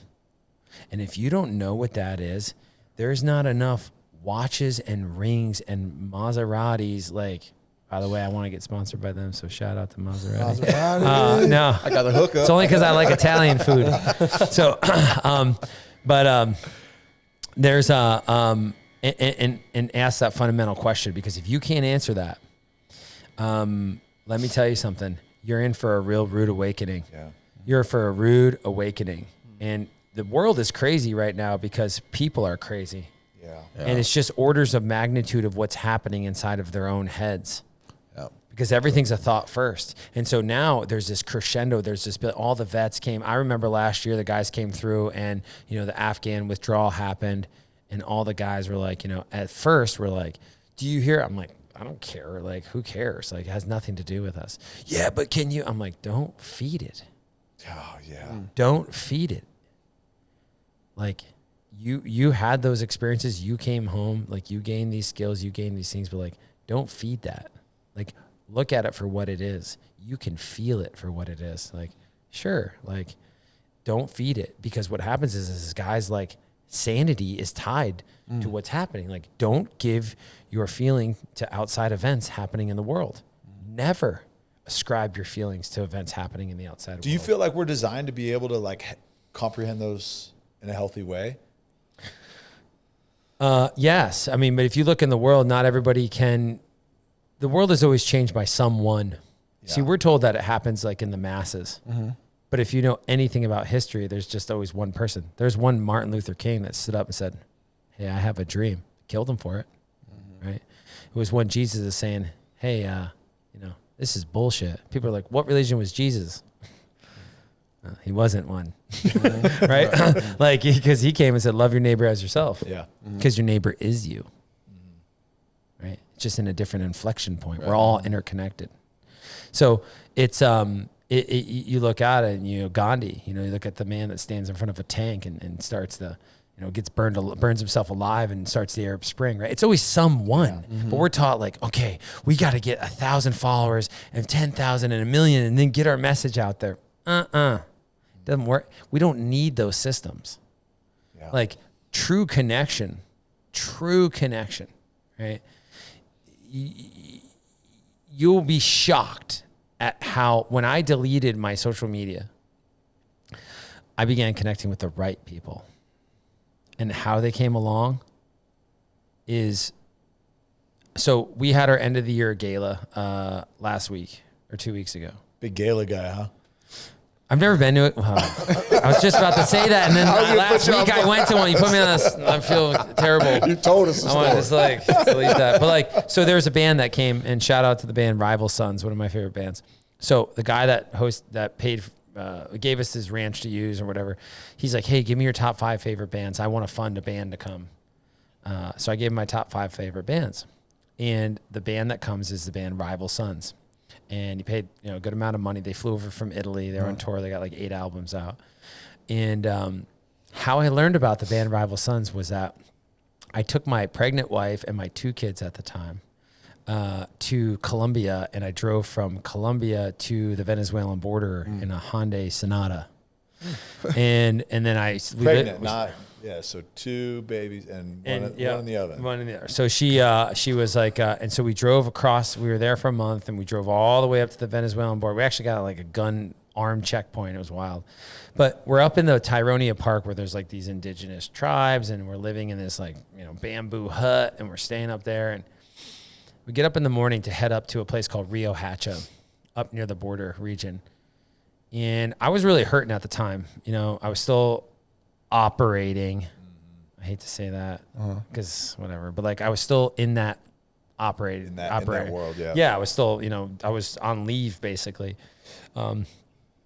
And she gets in the car, I load the kids up in the car. It's early in the morning. I turn the radio on, and it's like this, like, I don't know, like this Colombian or, you know, salsa music or whatever. And I'm just listening for like an hour, and we're coming up by this shrimp shack. There's all these like shrimp shacks and like salt flat areas, a really, really poor area. And all of a sudden I'm driving along, and this song comes on, like an American song, the only American song that came on the radio station. And it's a song called Where You've Been. And it's a song about a vet basically looking at his wife in bed saying, how could you love me when you know where I've been? I've given my body, but now my memories, they won't let me sleep. You know, you can't sleep. You know, you're like, and I'm listening to this, and I'm like, and I'm like driving, and I'm like, and I'm looking at my wife, and her like mouth is open. She's like, pregnant, like boobs are like hanging out. Like, you know, I'm like in Colombia, like the kids are in the back squishing the car seat, shit shoved in the trunk everywhere. And like, she's like flopping around over there. Like, and I'm like, and I'm like start sobbing. Right. And I'm like, what is this song? So I'm like looking for some paper, and I like write down some of the words so I could remember what it was. Yeah. So like, I don't know, 3-4 days later, we get to like a little place, and it's got Wi-Fi, and I look it up, and I play the song for my wife, and I was like, I heard this song. This is this band Rival Sons. Like, and I become like a big fan, and I'm listening to all their music. And so the song's called Where Have You Been? He also has a song called Jordan. So whatever. So then immediately that song ends, and it goes right back to like ding, ding, ding, ding, you know, whatever. Yeah. And they performed at the gala, and, you know, I don't know, 9 years later or whatever it was. And I stood up there and I gave like a talk or speech or whatever. And I said, you know, this band that I'm going to introduce. So after the end of my speech, like before the band came on, I shared this exact story.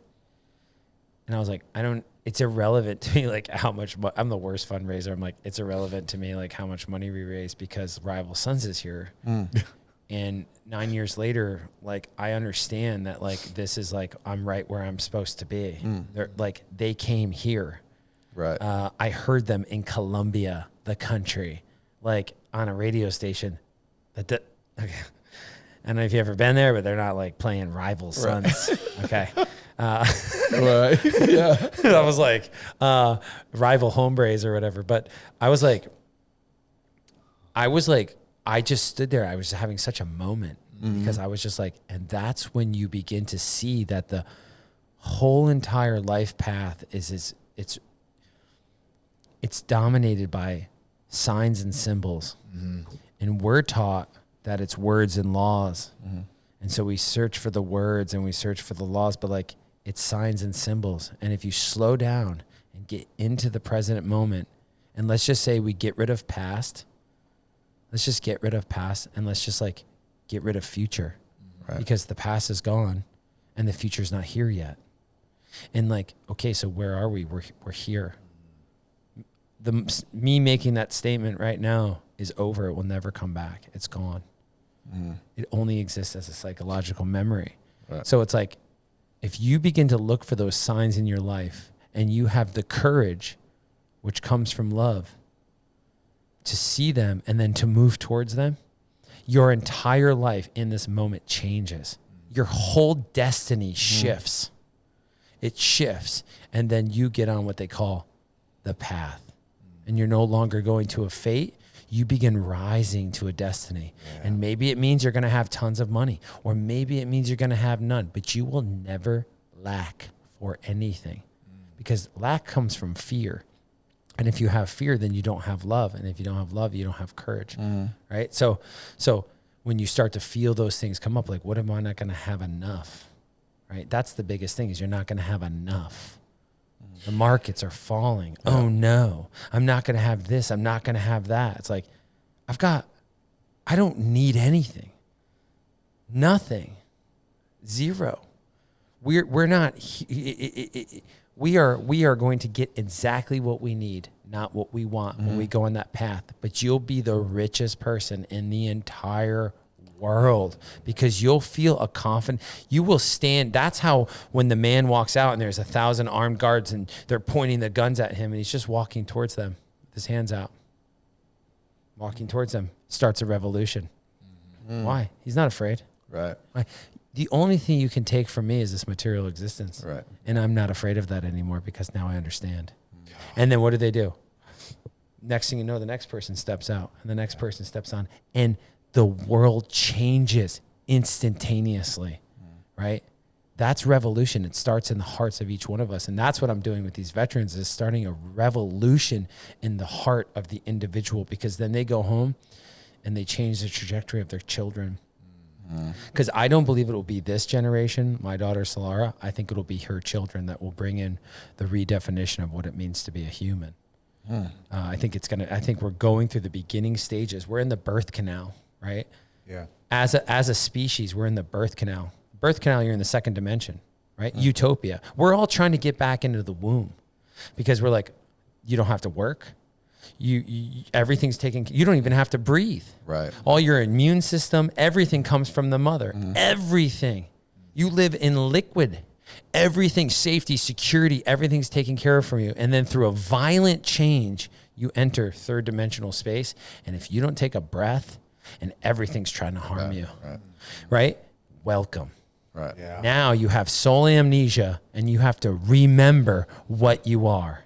And now it's becoming more and more and more and more difficult, because be a good boy and eat your food. So I'm not good if I don't eat. Maybe you'll be a doctor and a lawyer and be successful. So I'm not successful if I'm not those things. And then it just, you start to get layers and layers and layers and layers and layers and layers. You're a loser. You're not a good reader. You're not this. You're not this. You're not the right color. You're not the right this. You're not the right that. You're not the right this.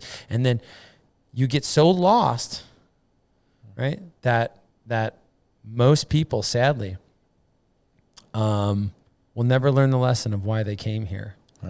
You know, you came here to essentially be the expression of the infinite through the finite. That's what life is. It's the expression of the infinite through the finite. And now we're ruled by the finite. We don't give a shit about the infinite. Oh, gosh. No. It preach, brother. I was going to say, I mean, that right there, I mean, that's, I mean, I don't think that one sentence could describe who we are right now as a culture any better. I mean, the short-sightedness, the I want now, man, that's some powerful stuff. I could, literally, this could go for another 4 hours. But you have some gala or something to go to tonight, right? You're being mean. Call people like you mean. But one thing I do, I mean, again, one thing I Take love, the robe off and kick your ass. Actually, a good fight. I literally listen to the jargon, but I'm not about to. That step actually into be a it. good fight because you're a state champion wrestler versus a Yeah, I wouldn't want to amazing wrestle boxer. you, man. That's a you gotta get me to the ground. That'd be a good but, little. Just don't let them hit you. You might have a chance. That's the thing is, us wrestlers, we used to say that like every fight ends up on the ground. No, it doesn't. Yeah, you might if you get caught with the right hook. Yeah. Listen, I was a sparring partner for a period of time for Ray Mercer, the former, Ray Mercer, big heavyweight. Yeah, former heavyweight champ of the world. Yeah, he lost to Lennox Lewis. There's Mercer was a big. what he did to Tommy Morrison. You remember that? Yeah. It was like the worst. Knockout him, Yeah, but when I was with him, he had some legal troubles, and I was getting back in shape. He ended up fighting 2 fights in the UFC. So did he? Mercer did? So he fought. Well, I don't know if it was the UFC or something like that, but he fought that Tim Sylvia. Yeah, big. He was that giant, big dude with like a big, gross body. Yeah. He was like, just had like He a looked like the dude. Tyson Fury. He looked like him, but with bigger But he tits. looked like a dude from The Longest Yard, the big giant on Longest Yard. This big old massive jaw. He always had the chin strap on, the chin strap Lord. beard. Oh, yeah. Ray ended his career. If you watch it, you can watch it on YouTube. It's like 20 seconds or something. Ray comes out, and Tim Sylvia is like 6'8". Yeah, I mean, the massive. guy's but he has like those knees that kind of go backwards. Yeah. And like he's just This is a UFC fight? yeah. I didn't So know he was the heavyweight champ of the UFC. Tim Sylvia. He was a big, Oh, gigantic he was. Yeah, guy. I think he defended it 2 or 3 times. I mean, Really? He was the dude. It was like post Couture. Okay. Post Randy. It was like that little window right after Randy and Tito, and then it was like, There he was. Huh? Yeah, that they guy. and so it comes out, and like Ray hits him with a punch coming in that it ended his like career. Wow. It caved his whole face in. Ray was a vicious dude. Yeah, he and was. I used He to had box a- with yeah. him because I boxed in the North Carolina State Prison Circuit when I was going through the Special Forces Medical School. And I was boxing, and so I went and I fought these exhibition bouts inside the Max prison. And so I still have this thing because people think I'm in prison. I have this little like award that I got. Yeah. It's the only award that I like display. I went to a teardrop draw. on your face? Yeah, the teardrop. Yeah. I can't see you. Wait, I got a teardrop, and I learned how to make homemade wine. It's like I got upside down teardrop because I saved a lot of people.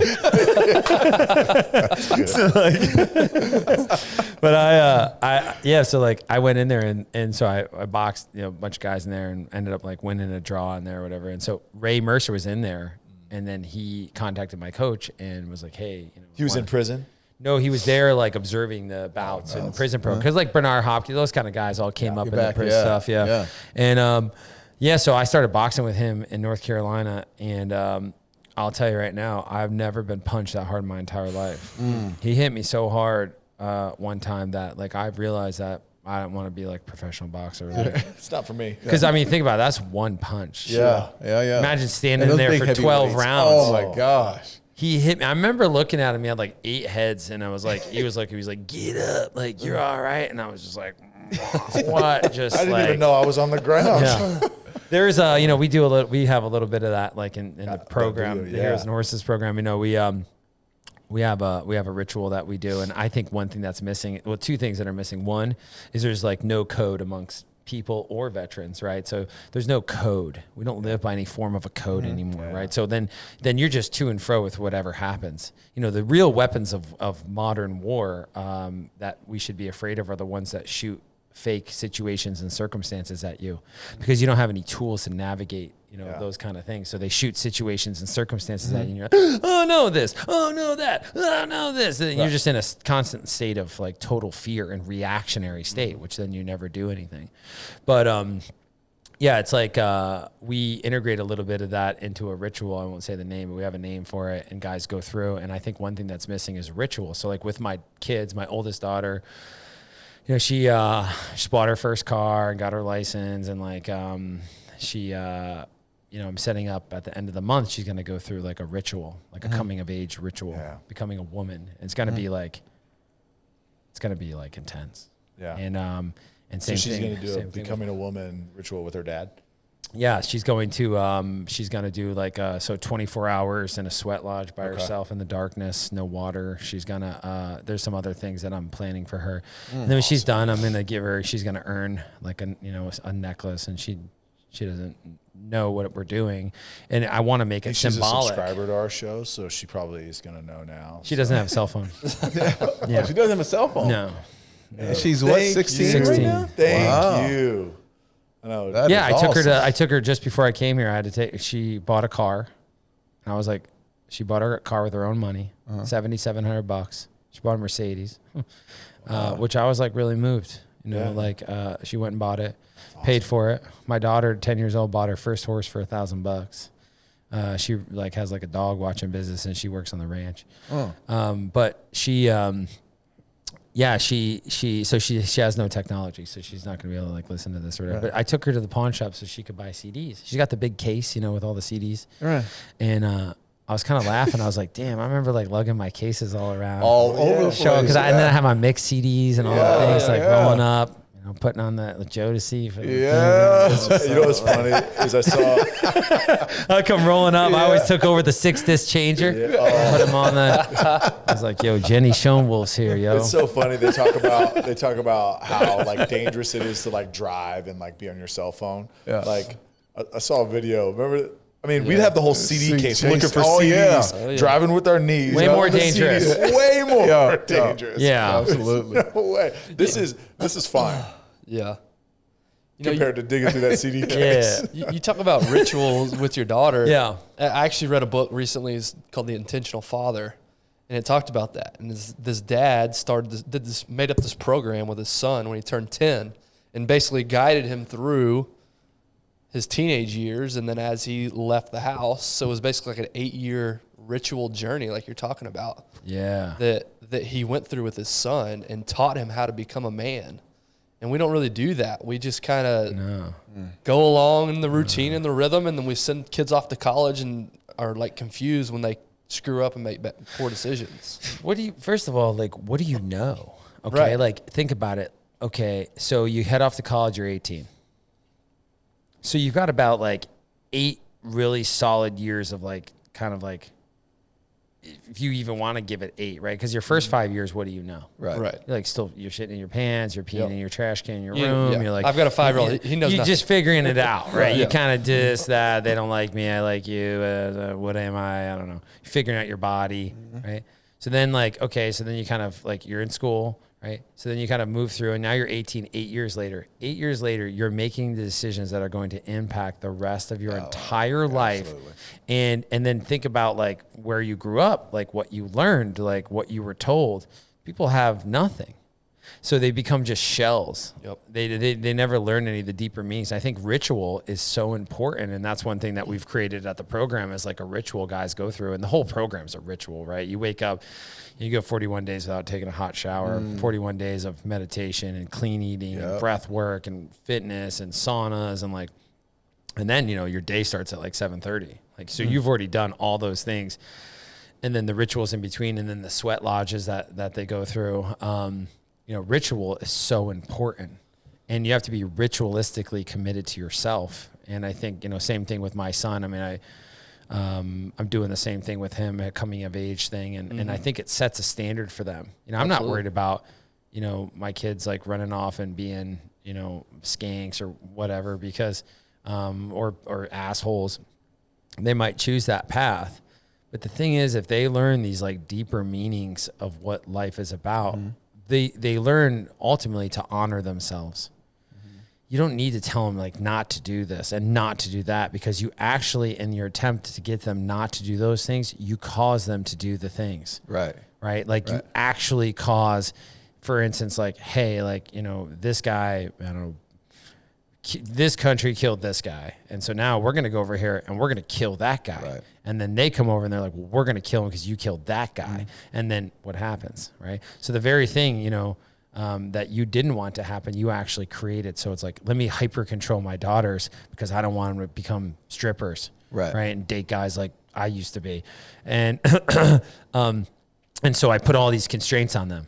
And then I said, I keep them away from all the evils. Right. And what do? They go right to it. They go right to it, right? So, hey, don't look behind that curtain. Don't you dare do this. I'll take this. I'll take your car. I'll ground you. I'll do all the things. Rather than just teaching them to honor themselves, not to defile themselves. Yeah. And if they choose, well, then they have the understanding that it comes with consequences. Right. It comes with consequences that are sometimes severe, but you'll learn. Yeah. But don't you think that's generational as well? Because, I look at, and I grew up in a household without a father. Yeah. And my father grew up in a household without a father. And that grandfather grew up in a household without, it's like, so we've never had, even to myself, I've never had any rituals that have been passed on. Mm-hmm. It's like I have to start anew in order to pass on any type of ritual to my own kids to start it. Someone has to start it down the line. Yeah. Right. And that's you. That's me. Right. And you change the whole, here's the thing. I was having a question with guys because, guys in the beginning of the program, they talk about their families and stuff and if they so choose. And we do something called the Maxim Lab where we just present a series of questions, right? And then they go through and share and they kind of deconstruct themselves. It's actually just an amazing time. But what's worse, like having no father or having like a terrible father? Yeah. Some people are like, I didn't have a dad. I'm like, okay, but like John over here's dad, like used to hold him down and, burn him with, a wood burner. Right. Cut him. Yeah. Or his dad was a violent drunk and knocked out his front tooth when he was 10. Right. So like, what's worse? That's right. Yeah. It's not, it's what you need. That's right. Yeah. Right. It's what you need. So you change the whole trajectory of your family life. I didn't have like really like ritual or anything like that, but like what I understood was just like I don't know. I didn't read anything. I just like realized like it just came up and I was like, that's what's missing. That's what we're going to do. And then I, started going that way. Then I started like reading about rituals. I started learning about all these like things that I was like, whoa, like all these societies, like we're missing it. Yeah. We are missing it. Your greatest thing that you could ever do for society is to go home and love your family. Amen.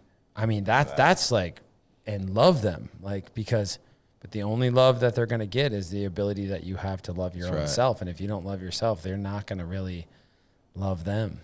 And we have a fear that they're going to go out and they're going to do all these bad things and harm themselves, but that's not your role. Right. Children pass through you. They don't come from you. Right. Yeah. They pass through you and they came to you for a reason because there's something that you need to teach them.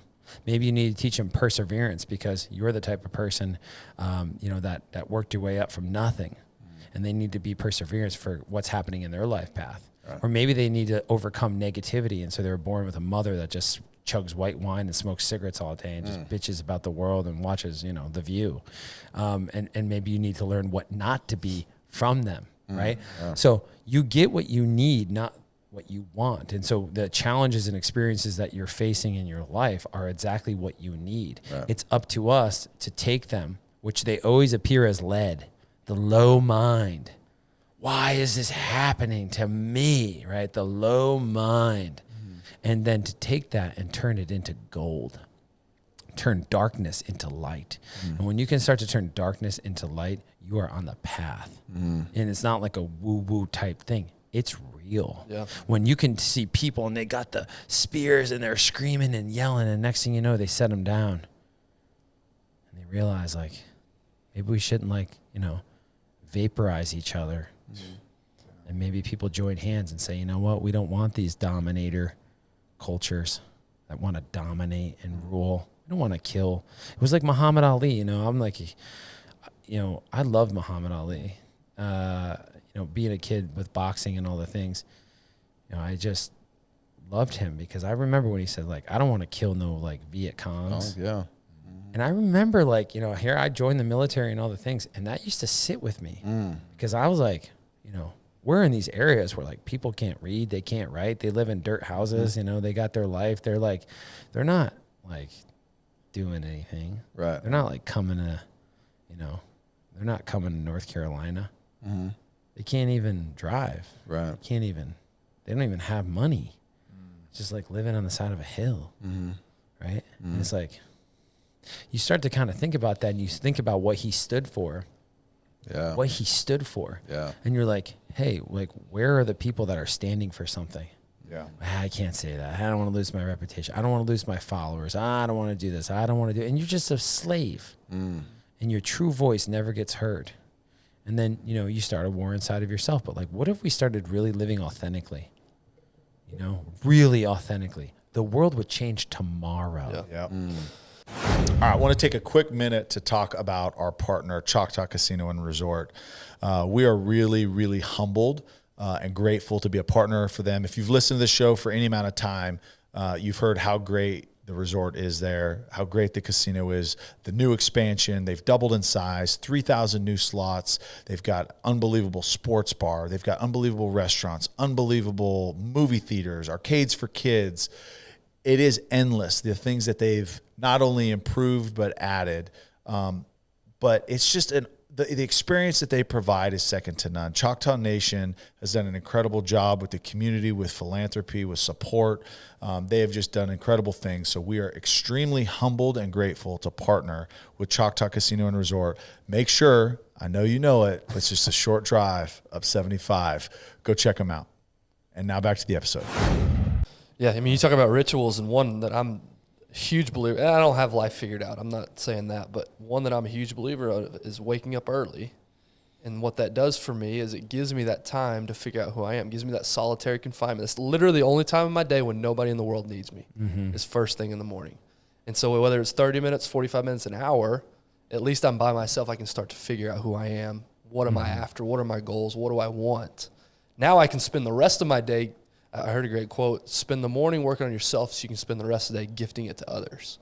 And I love that quote because that time should be sacred.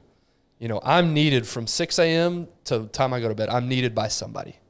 And so if I don't make the time, too many of us just sleepwalk through life. We wake up when the alarm goes off, we go to work, we go through a routine, we go to bed, repeat, rinse and repeat. And we never take that time to ourselves like you do when you're out on your horse, like Mark, who we had on a few weeks ago, who literally was in solitary confinement in prison when he found himself. But a lot of us don't give ourselves that time. Yeah. And so you talk about rituals. That's a ritual that I hold sacred, which is wake up early so that the first thing I do is figure out myself. And then I can spend the rest of the day doing whatever it takes to take care of those around me. Yeah, so again, it's to connect with what you already know. You know, that's like, people like, I talk about breath, and you know, we do like a lot of, there's all kinds of breath work, you know, and breath is nothing more than just bringing awareness to what you do all day.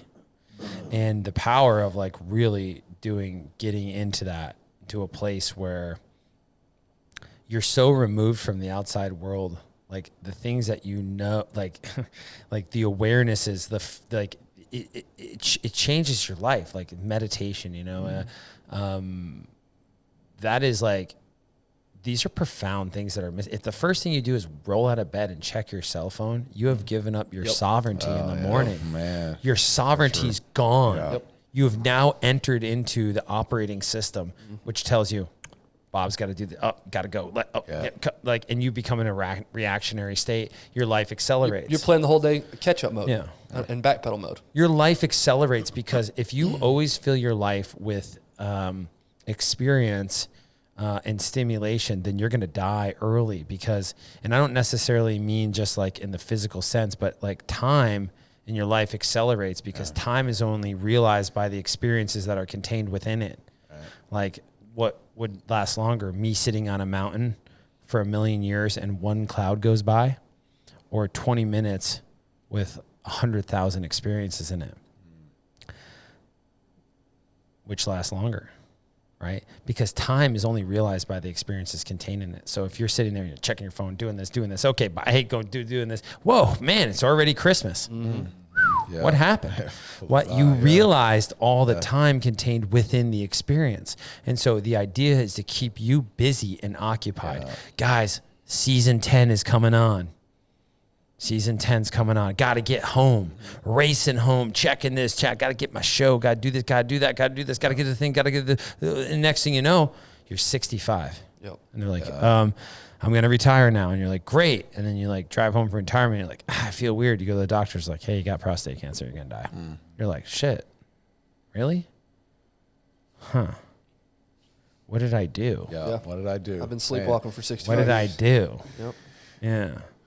What did you do? You filled your time with experiences and you realized it and you accelerated your own life. And so the idea is to learn to be like stillness in the storm, right? You roll in like, and you're in the boardroom and you roll in and everyone's in there and everyone's like, okay, I got to kind of get to know people, right? So we walk, hey, Bob, how you doing? Okay, cool. Oh, you're from Ohio? Okay, great. Steel manufacturing. Okay, got that guy down. He's kind of a tight ass. Okay, got this, got this, got this. Rather than just going in and doing nothing, just going in and just feeling. Like you don't remember what people say, but you remember how you felt when they said it, right? That's what leaves.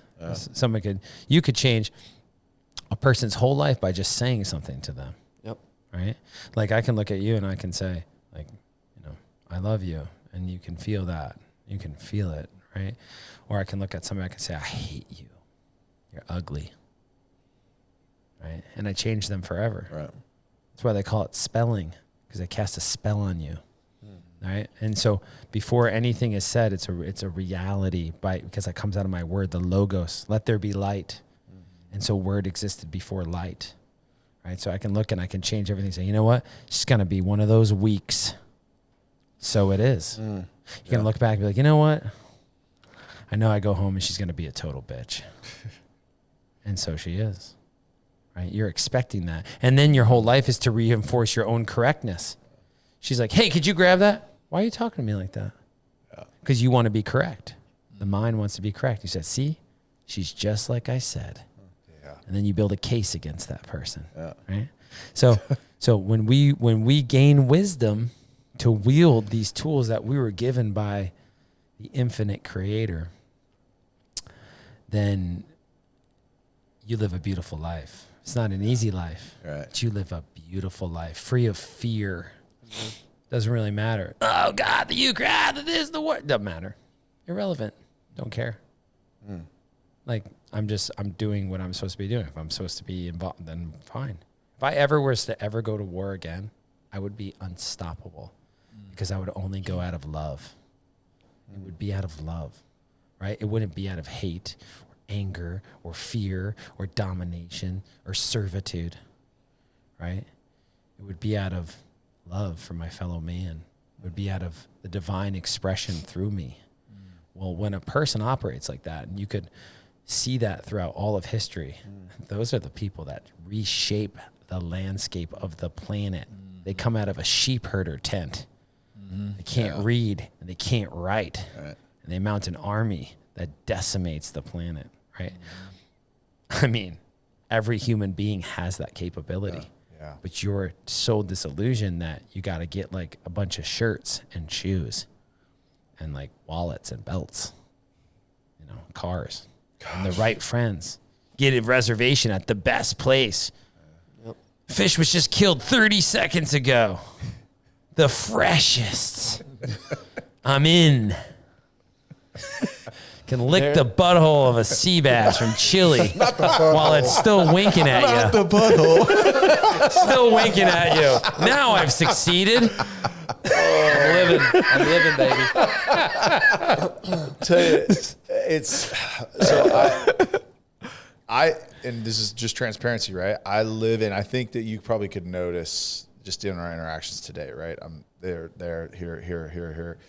And I literally do. I do live in that prison that you're talking about because it's the worry about, well, what if, or this, or I need to do this. My obligation is this, and like, hey, I'm doing this for my family, but I'm away from my family. I mean, last 4 nights I've literally worked until midnight, and everybody's asleep, and I'm gone before they're up, and all these things, and I live in this prison. And it's fun. It's not funny. It's actually really sad. But I went through an exercise. It's actually quite prison's sad. Yeah, prison's not good. It's actually really sad, depressing, man. Continue. But I went through an exercise with a mentor a few years back, and just kind of the same conversation. And that's what's really frustrating is it's this cycle that I just keep trying to. I say I'm going to do it, and I do better, and then I fall into it, and that rhythm, that routine life that you talk about. And we went through an exercise, and he says, okay, what if what if this account that you're talking about, that you're really stressing about right now, what if it goes away? Well, then I won't get that commission. Okay, well, what happens if you don't get that commission? Well, then, you know, my income over the year is going to be less. Okay, well, what happens if your income's less? Well, then, you know, it's going to be stressful financially, or you know, are you going to be able to cover your bills? Probably, if I don't get this. Okay. Well, what if, let's just say you don't. What if you don't pay those bills? Well, then, you know, I'll have bad credit. Okay, well, then what happens if you have bad credit? He literally walks it all the way down. And ultimately, it came down to a place where it's like, okay, you live in the United States. Yeah. What is the absolute worst case scenario? Like, you take it all the way down. It's like, well, they still have a roof over their head. You're telling me that you can't do something to get a roof over their head, still provide food, and you still then have the ability to love them. What is the worst that can happen? And you take it down like to the bare bones of it, right? And you're like, yeah, dang. Like, I stress over things that and we talked about it at lunch, like the way that y'all are living, you know, as a family, from like being, you know, self-sufficient and doing all the things yourself. It's like, you know what? Like, yeah, it takes some work. It takes some effort, dedication. It takes some learning. It takes some teaching. It takes all these things for your family to be able to live off of the land and the livestock you raise and the vegetables you grow. But it's like, okay, well, what if I am wrong? Then we just live a good life. Because what do you need? Yeah, that's exactly right. Oh, what do you need? What do you need? I need oxygen, I need fuel, and I need water. You need Tiffany and them kids. Listen, but the thing is, like, what do you need? I've actually, you know, it's about balance, right? Where I started thinking, like, I've had this conversation with, you know, a lot of guys over the years who it's like, okay, so I want to help my family. I want to provide for my family. Okay. But your family's provided for. Yeah. Right. When the natives were here, you know, they removed all the children during the Kill the Indian, Save the Man Act of 1800s, yeah. And what they did was they said that the children were living a barbaric lifestyle, right? And so they were removed from these barbaric native homes, and they were put into schools and given new names, and their heads were shaved. And obviously we know hundreds of thousands of children died, and some of them in mass graves and all the things. But the point is that, like, they weren't like living a barbaric lifestyle, right? They had food, water, and shelter. They were living in community. Yeah. Right. So, like, okay, people may look at my life and say, I'm living a barbaric lifestyle. Right? My children homeschool. They don't have, because, you know, I realized, I was like, if you want your child to be, you know, you send them to Caesar school, don't be surprised when they come back as Romans. Yeah. And so I realized that. And so I was like, okay, I have to change. And so I changed. So we did it. We pulled them out. We did it. You know, which is great because I've been taking my kids with me on trips. I take them like business trips. I actually was thinking I should have brought my kids with me. I just leave them in the hotel or whatever. But, you know, I'm doing a podcast in Tijuana. Yeah. Like dude does like cartels and like all these things. And so I'm bringing two of my kids with me, you know, like they're just travel, because here's the thing is they're getting knowledge and wisdom and experience. So true. They wake up, they're involved, and every morning they wake up, they do gratitude, they do breath, they do working out, they're like learn how to box, they do the things, they raise animals, they got chores, they've got horses, they got things. And so in the time in their life, they will learn technology, they'll get all that stuff later on, right? But I started realizing that like what I'm out there doing as a provider is changing, because I was always, as an American, is told like to provide for my children, I got to make sure that life is better for them than I had. Yeah. And that's the worst thing you could ever do for your child, because you actually, I heard a guy, I don't know who he was. You guys probably, I've heard it and I've thought about this a lot, but he said, you know, hard times create strong men, and strong men create easy times, and easy times create weak men. Right. So it was interesting because he said something like, you know, my grandfather walked to school, you know, I drive a Mercedes, my son's going to drive a Ferrari, and my great grandson will be walking again. That's right. Right. Yep. And here's the thing. what I'm saying right now, I realize, I told my kids, I said, look it, I'll never buy you a car. I will never pay for your college. I will not do any of these things, not because I don't have the capacity to, but because you have to learn how to get those things on your own. And so what I'm giving you is the greatest gift. I'm giving you the gift right now. And the gift is that I'm going to support you in learning how to support yourself. Yeah. And so my daughter, 16 years old, I drive her out to Billings, 3 hours away. She takes her cash out, 16 years old, didn't even have her license yet, buys this car. I let her drive it back. I let her drive all the time. I don't care. But like, she's mature. So, like, I know my neighbors are like kind of like nerds, and they're like, she's always like cruising around this old Suburban I got. And like the kids for the school are like, do you have your license yet? She's like, no, but my dad said I could drive. I'm like, yeah, that's right. Cause I'm the law of the land around here.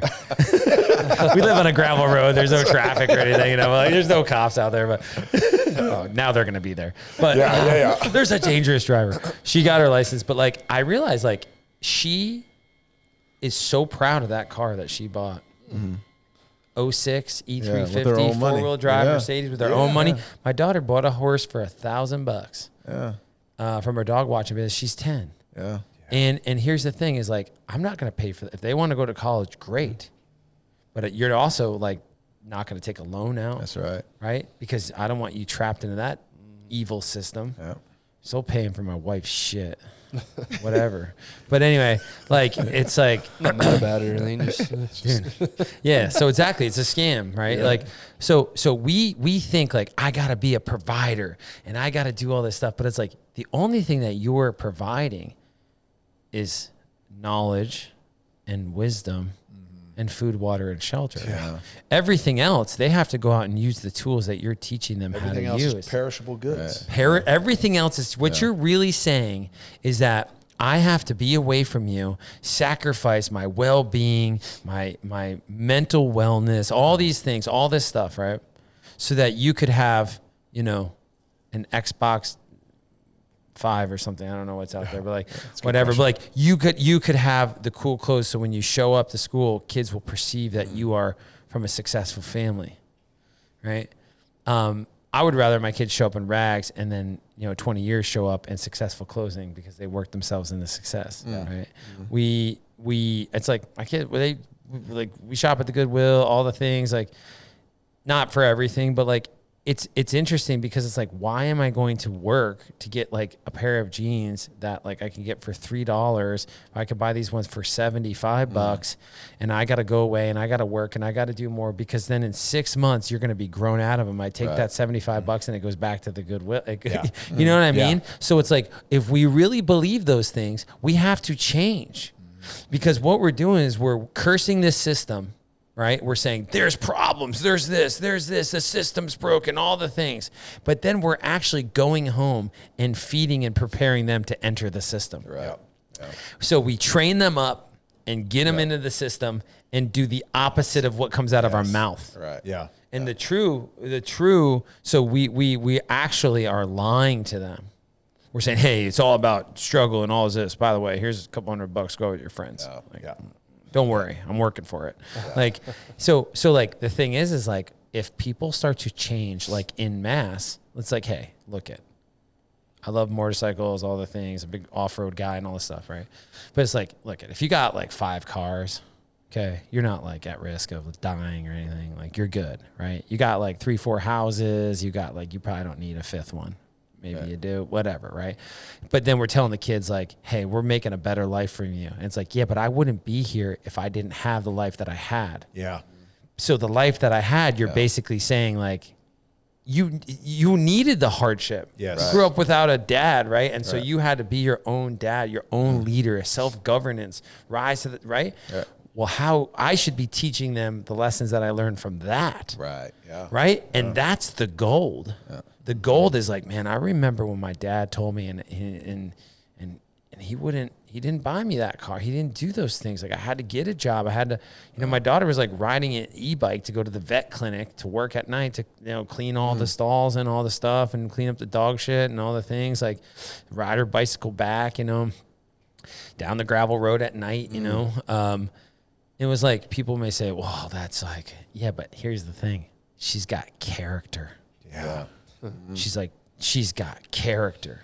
Yeah. You know, I sit with her. There's nothing more powerful than doing like a sweat lodge and being in that Lakota sweat lodge ceremony, and your daughter sitting in there with you, and it's you're there, you're praying, and you hear her pray. You hear your child in the most honest and pure way pray, and just, you're like, okay, that's who she is, right. and I'm okay if I'm not gonna, you know, she's got the tools, Right. Yeah. she's learning it now. I'm providing the space for her to figure it out, and I'm supporting her along every step of the way, and I'm doing the right job, like, because she's learning that. Right. So I told her the other day, we got her, picked her car up, and I said, you know, honey, do you want to get a cell phone? She's like, why? And I was like, well, I mean, like, so I could call you, like, you're driving around now. She's like, I'll get a flip phone. I was like, she's like, I have a really hard time. My daughter's absolutely stunningly gorgeous, and she's just a very talented, very smart human being. And she goes, you know, I go around with the kids from the high school, and, you know, she goes to the homecomings or whatever their things are. And she homeschools, you know, and she's like, I see like the neurotic nature of all the kids, and I see them, and I look at it at 16 years old, and the depression and the worry and the anxiety and she's like, I just, it's kind of disgusting to me, and I just don't want to be a part of that, because I feel like my mind is very clear. And I'm not interested in that. I was like, okay, well, I'll get you like a flip phone or whatever. Is there any more validation that you need from the methodology that you use? I need Maxwell House to validate. Yeah, that's okay. That's a good point. I mean, We need that. obviously, I'm sorry. I should have started with that. But I mean, as a parent, though, I mean, really, like, that's got to be ultimate, like, proud dad moment. Like, okay, like, Yeah, it doesn't mean she's not going to go down and make her mistakes and do her, but she's not going to make the same mistakes I made. Yeah. You know, my children, the younger ones, they're all going to have to go through the crucible. yeah, It's part of it, and we're there to support them along the way. And so this whole idea of like, I'm doing this for you, I'm gone for you, is really not true. You're gone for yourself, because you're really running a program in the background, and you're kind of afraid that like maybe you'll be poor, or, you know, you won't be successful. And it goes back to the two paths. Yeah. You can either hustle and get some shit, hustle and spend some time and material time and drag your ass to work, or you can change yourself and elevate yourself, and the things that you need just come to you. The relationships, rival son shows up at your gala and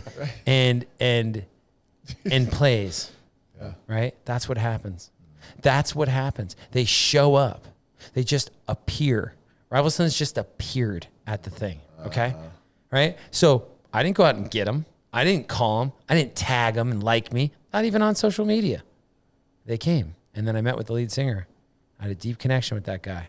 We're going to be homies. He's a different human being. I could tell by their lyrics. I'm like, you don't write stuff like this? Like, he's not in the Hollywood thing. It's really or you can hustle and grind and meet your fate.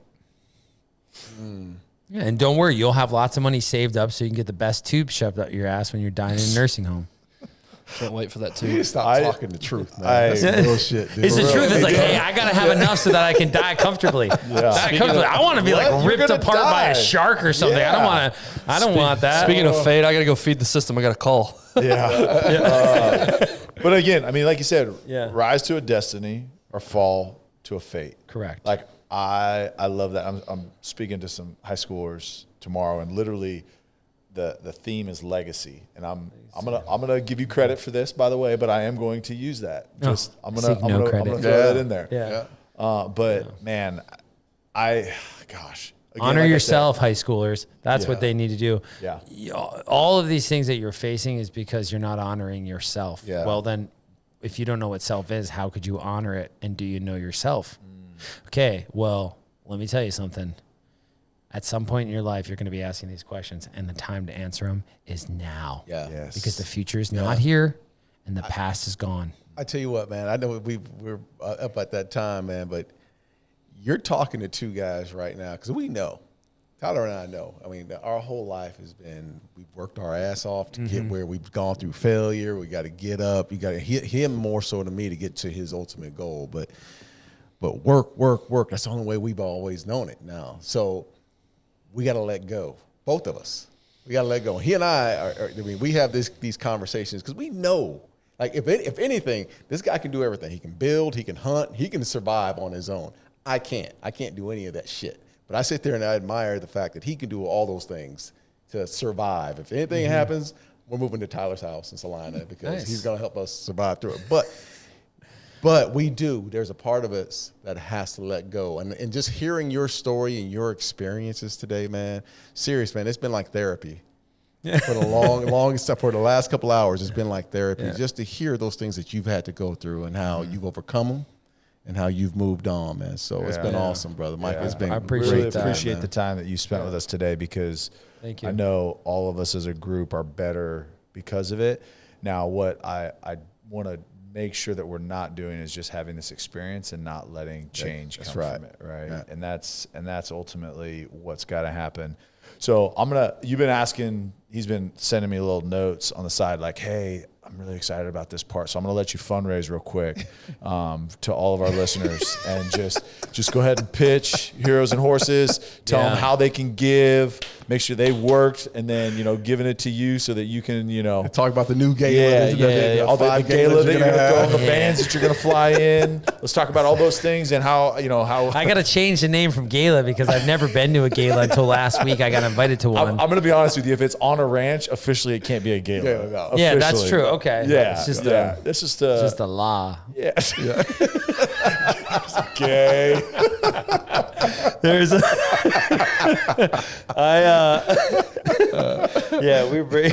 we're bringing the law. Heroes and Horses. You can follow us on social channels. You can go to our website heroesandhorses.org. We're building out our ranch, so we've got a capital campaign going to put some facilities on there and, get involved. I mean, it's all about standing in your truth. It's all about kind of doing the work and forming a new kind of community, people that are really dedicated to seeing what's possible for us as human beings, if we create new growth within ourselves. And that means taking the hard right instead of the easy left. Yeah. And so, just really thankful for the opportunity. Man, you can follow us and check it out. We got all kinds of cool stuff out, films and stuff you can watch and learn more. So what's the name of the one? Sorry, I just saved it, but and I've been taking okay. Yeah, Aspects is like, it's interesting because I spoke at an event at a big company, and they're like, they were going to show it, and then they're like, oh, it like was triggering people, so like they didn't want to watch it, and I kind of like laughed because I was like, really? It's it was upsetting people because it's a very powerful film. It's a way to communicate to people. To share these messages and kind of about, what's possible. There's a pandemic in the veterans world. That's why I do what I do. Yeah. Every 64 minutes a veteran commits suicide. And if you're doing 22 push-ups a day for veterans, you're an asshole. And that does nothing. Oh, you just don't, it doesn't even get you in shape. You just don't care about the other 42 people? It literally doesn't do anything except for like mush down the fibers on your carpet. But like it's Department of Veterans Affairs last week, it was announced that I think New York Times, they underreported suicide rates by 37%. There's 50,000 organizations. This isn't about building a big company or being cool or trying to get like, big fans. And this is about like redefining the relationship between challenge and purpose. That's ultimately what I've set out at this point in my life to do. So appreciate the opportunity to be here and share about that. Appreciate you, bro. Thanks, I love the mission and anything that we can do to help, man. You've got fans here, so thank you. Thanks, buddy.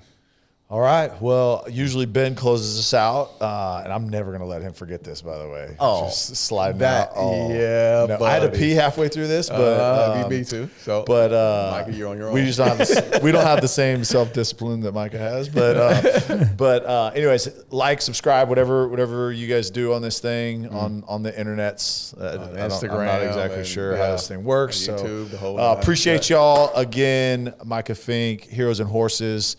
please just go check it out. Again, if you feel led to be a part of it, to support it in any way, highly encourage you, because again, it's not this big capital camp. I mean, yeah, you're doing a capital campaign, but this is not this big Don't fundraiser. ruin my capital campaign, dude. But what it is, what I'm saying is, it's not this massive organization, right? That like, hey, all we want is we just want to be big. That's right. We want to be Look, it's all about making an impact, changing lives, and changing lives. Like just in these last 2 hours, my life has been changed, man. And I'm serious.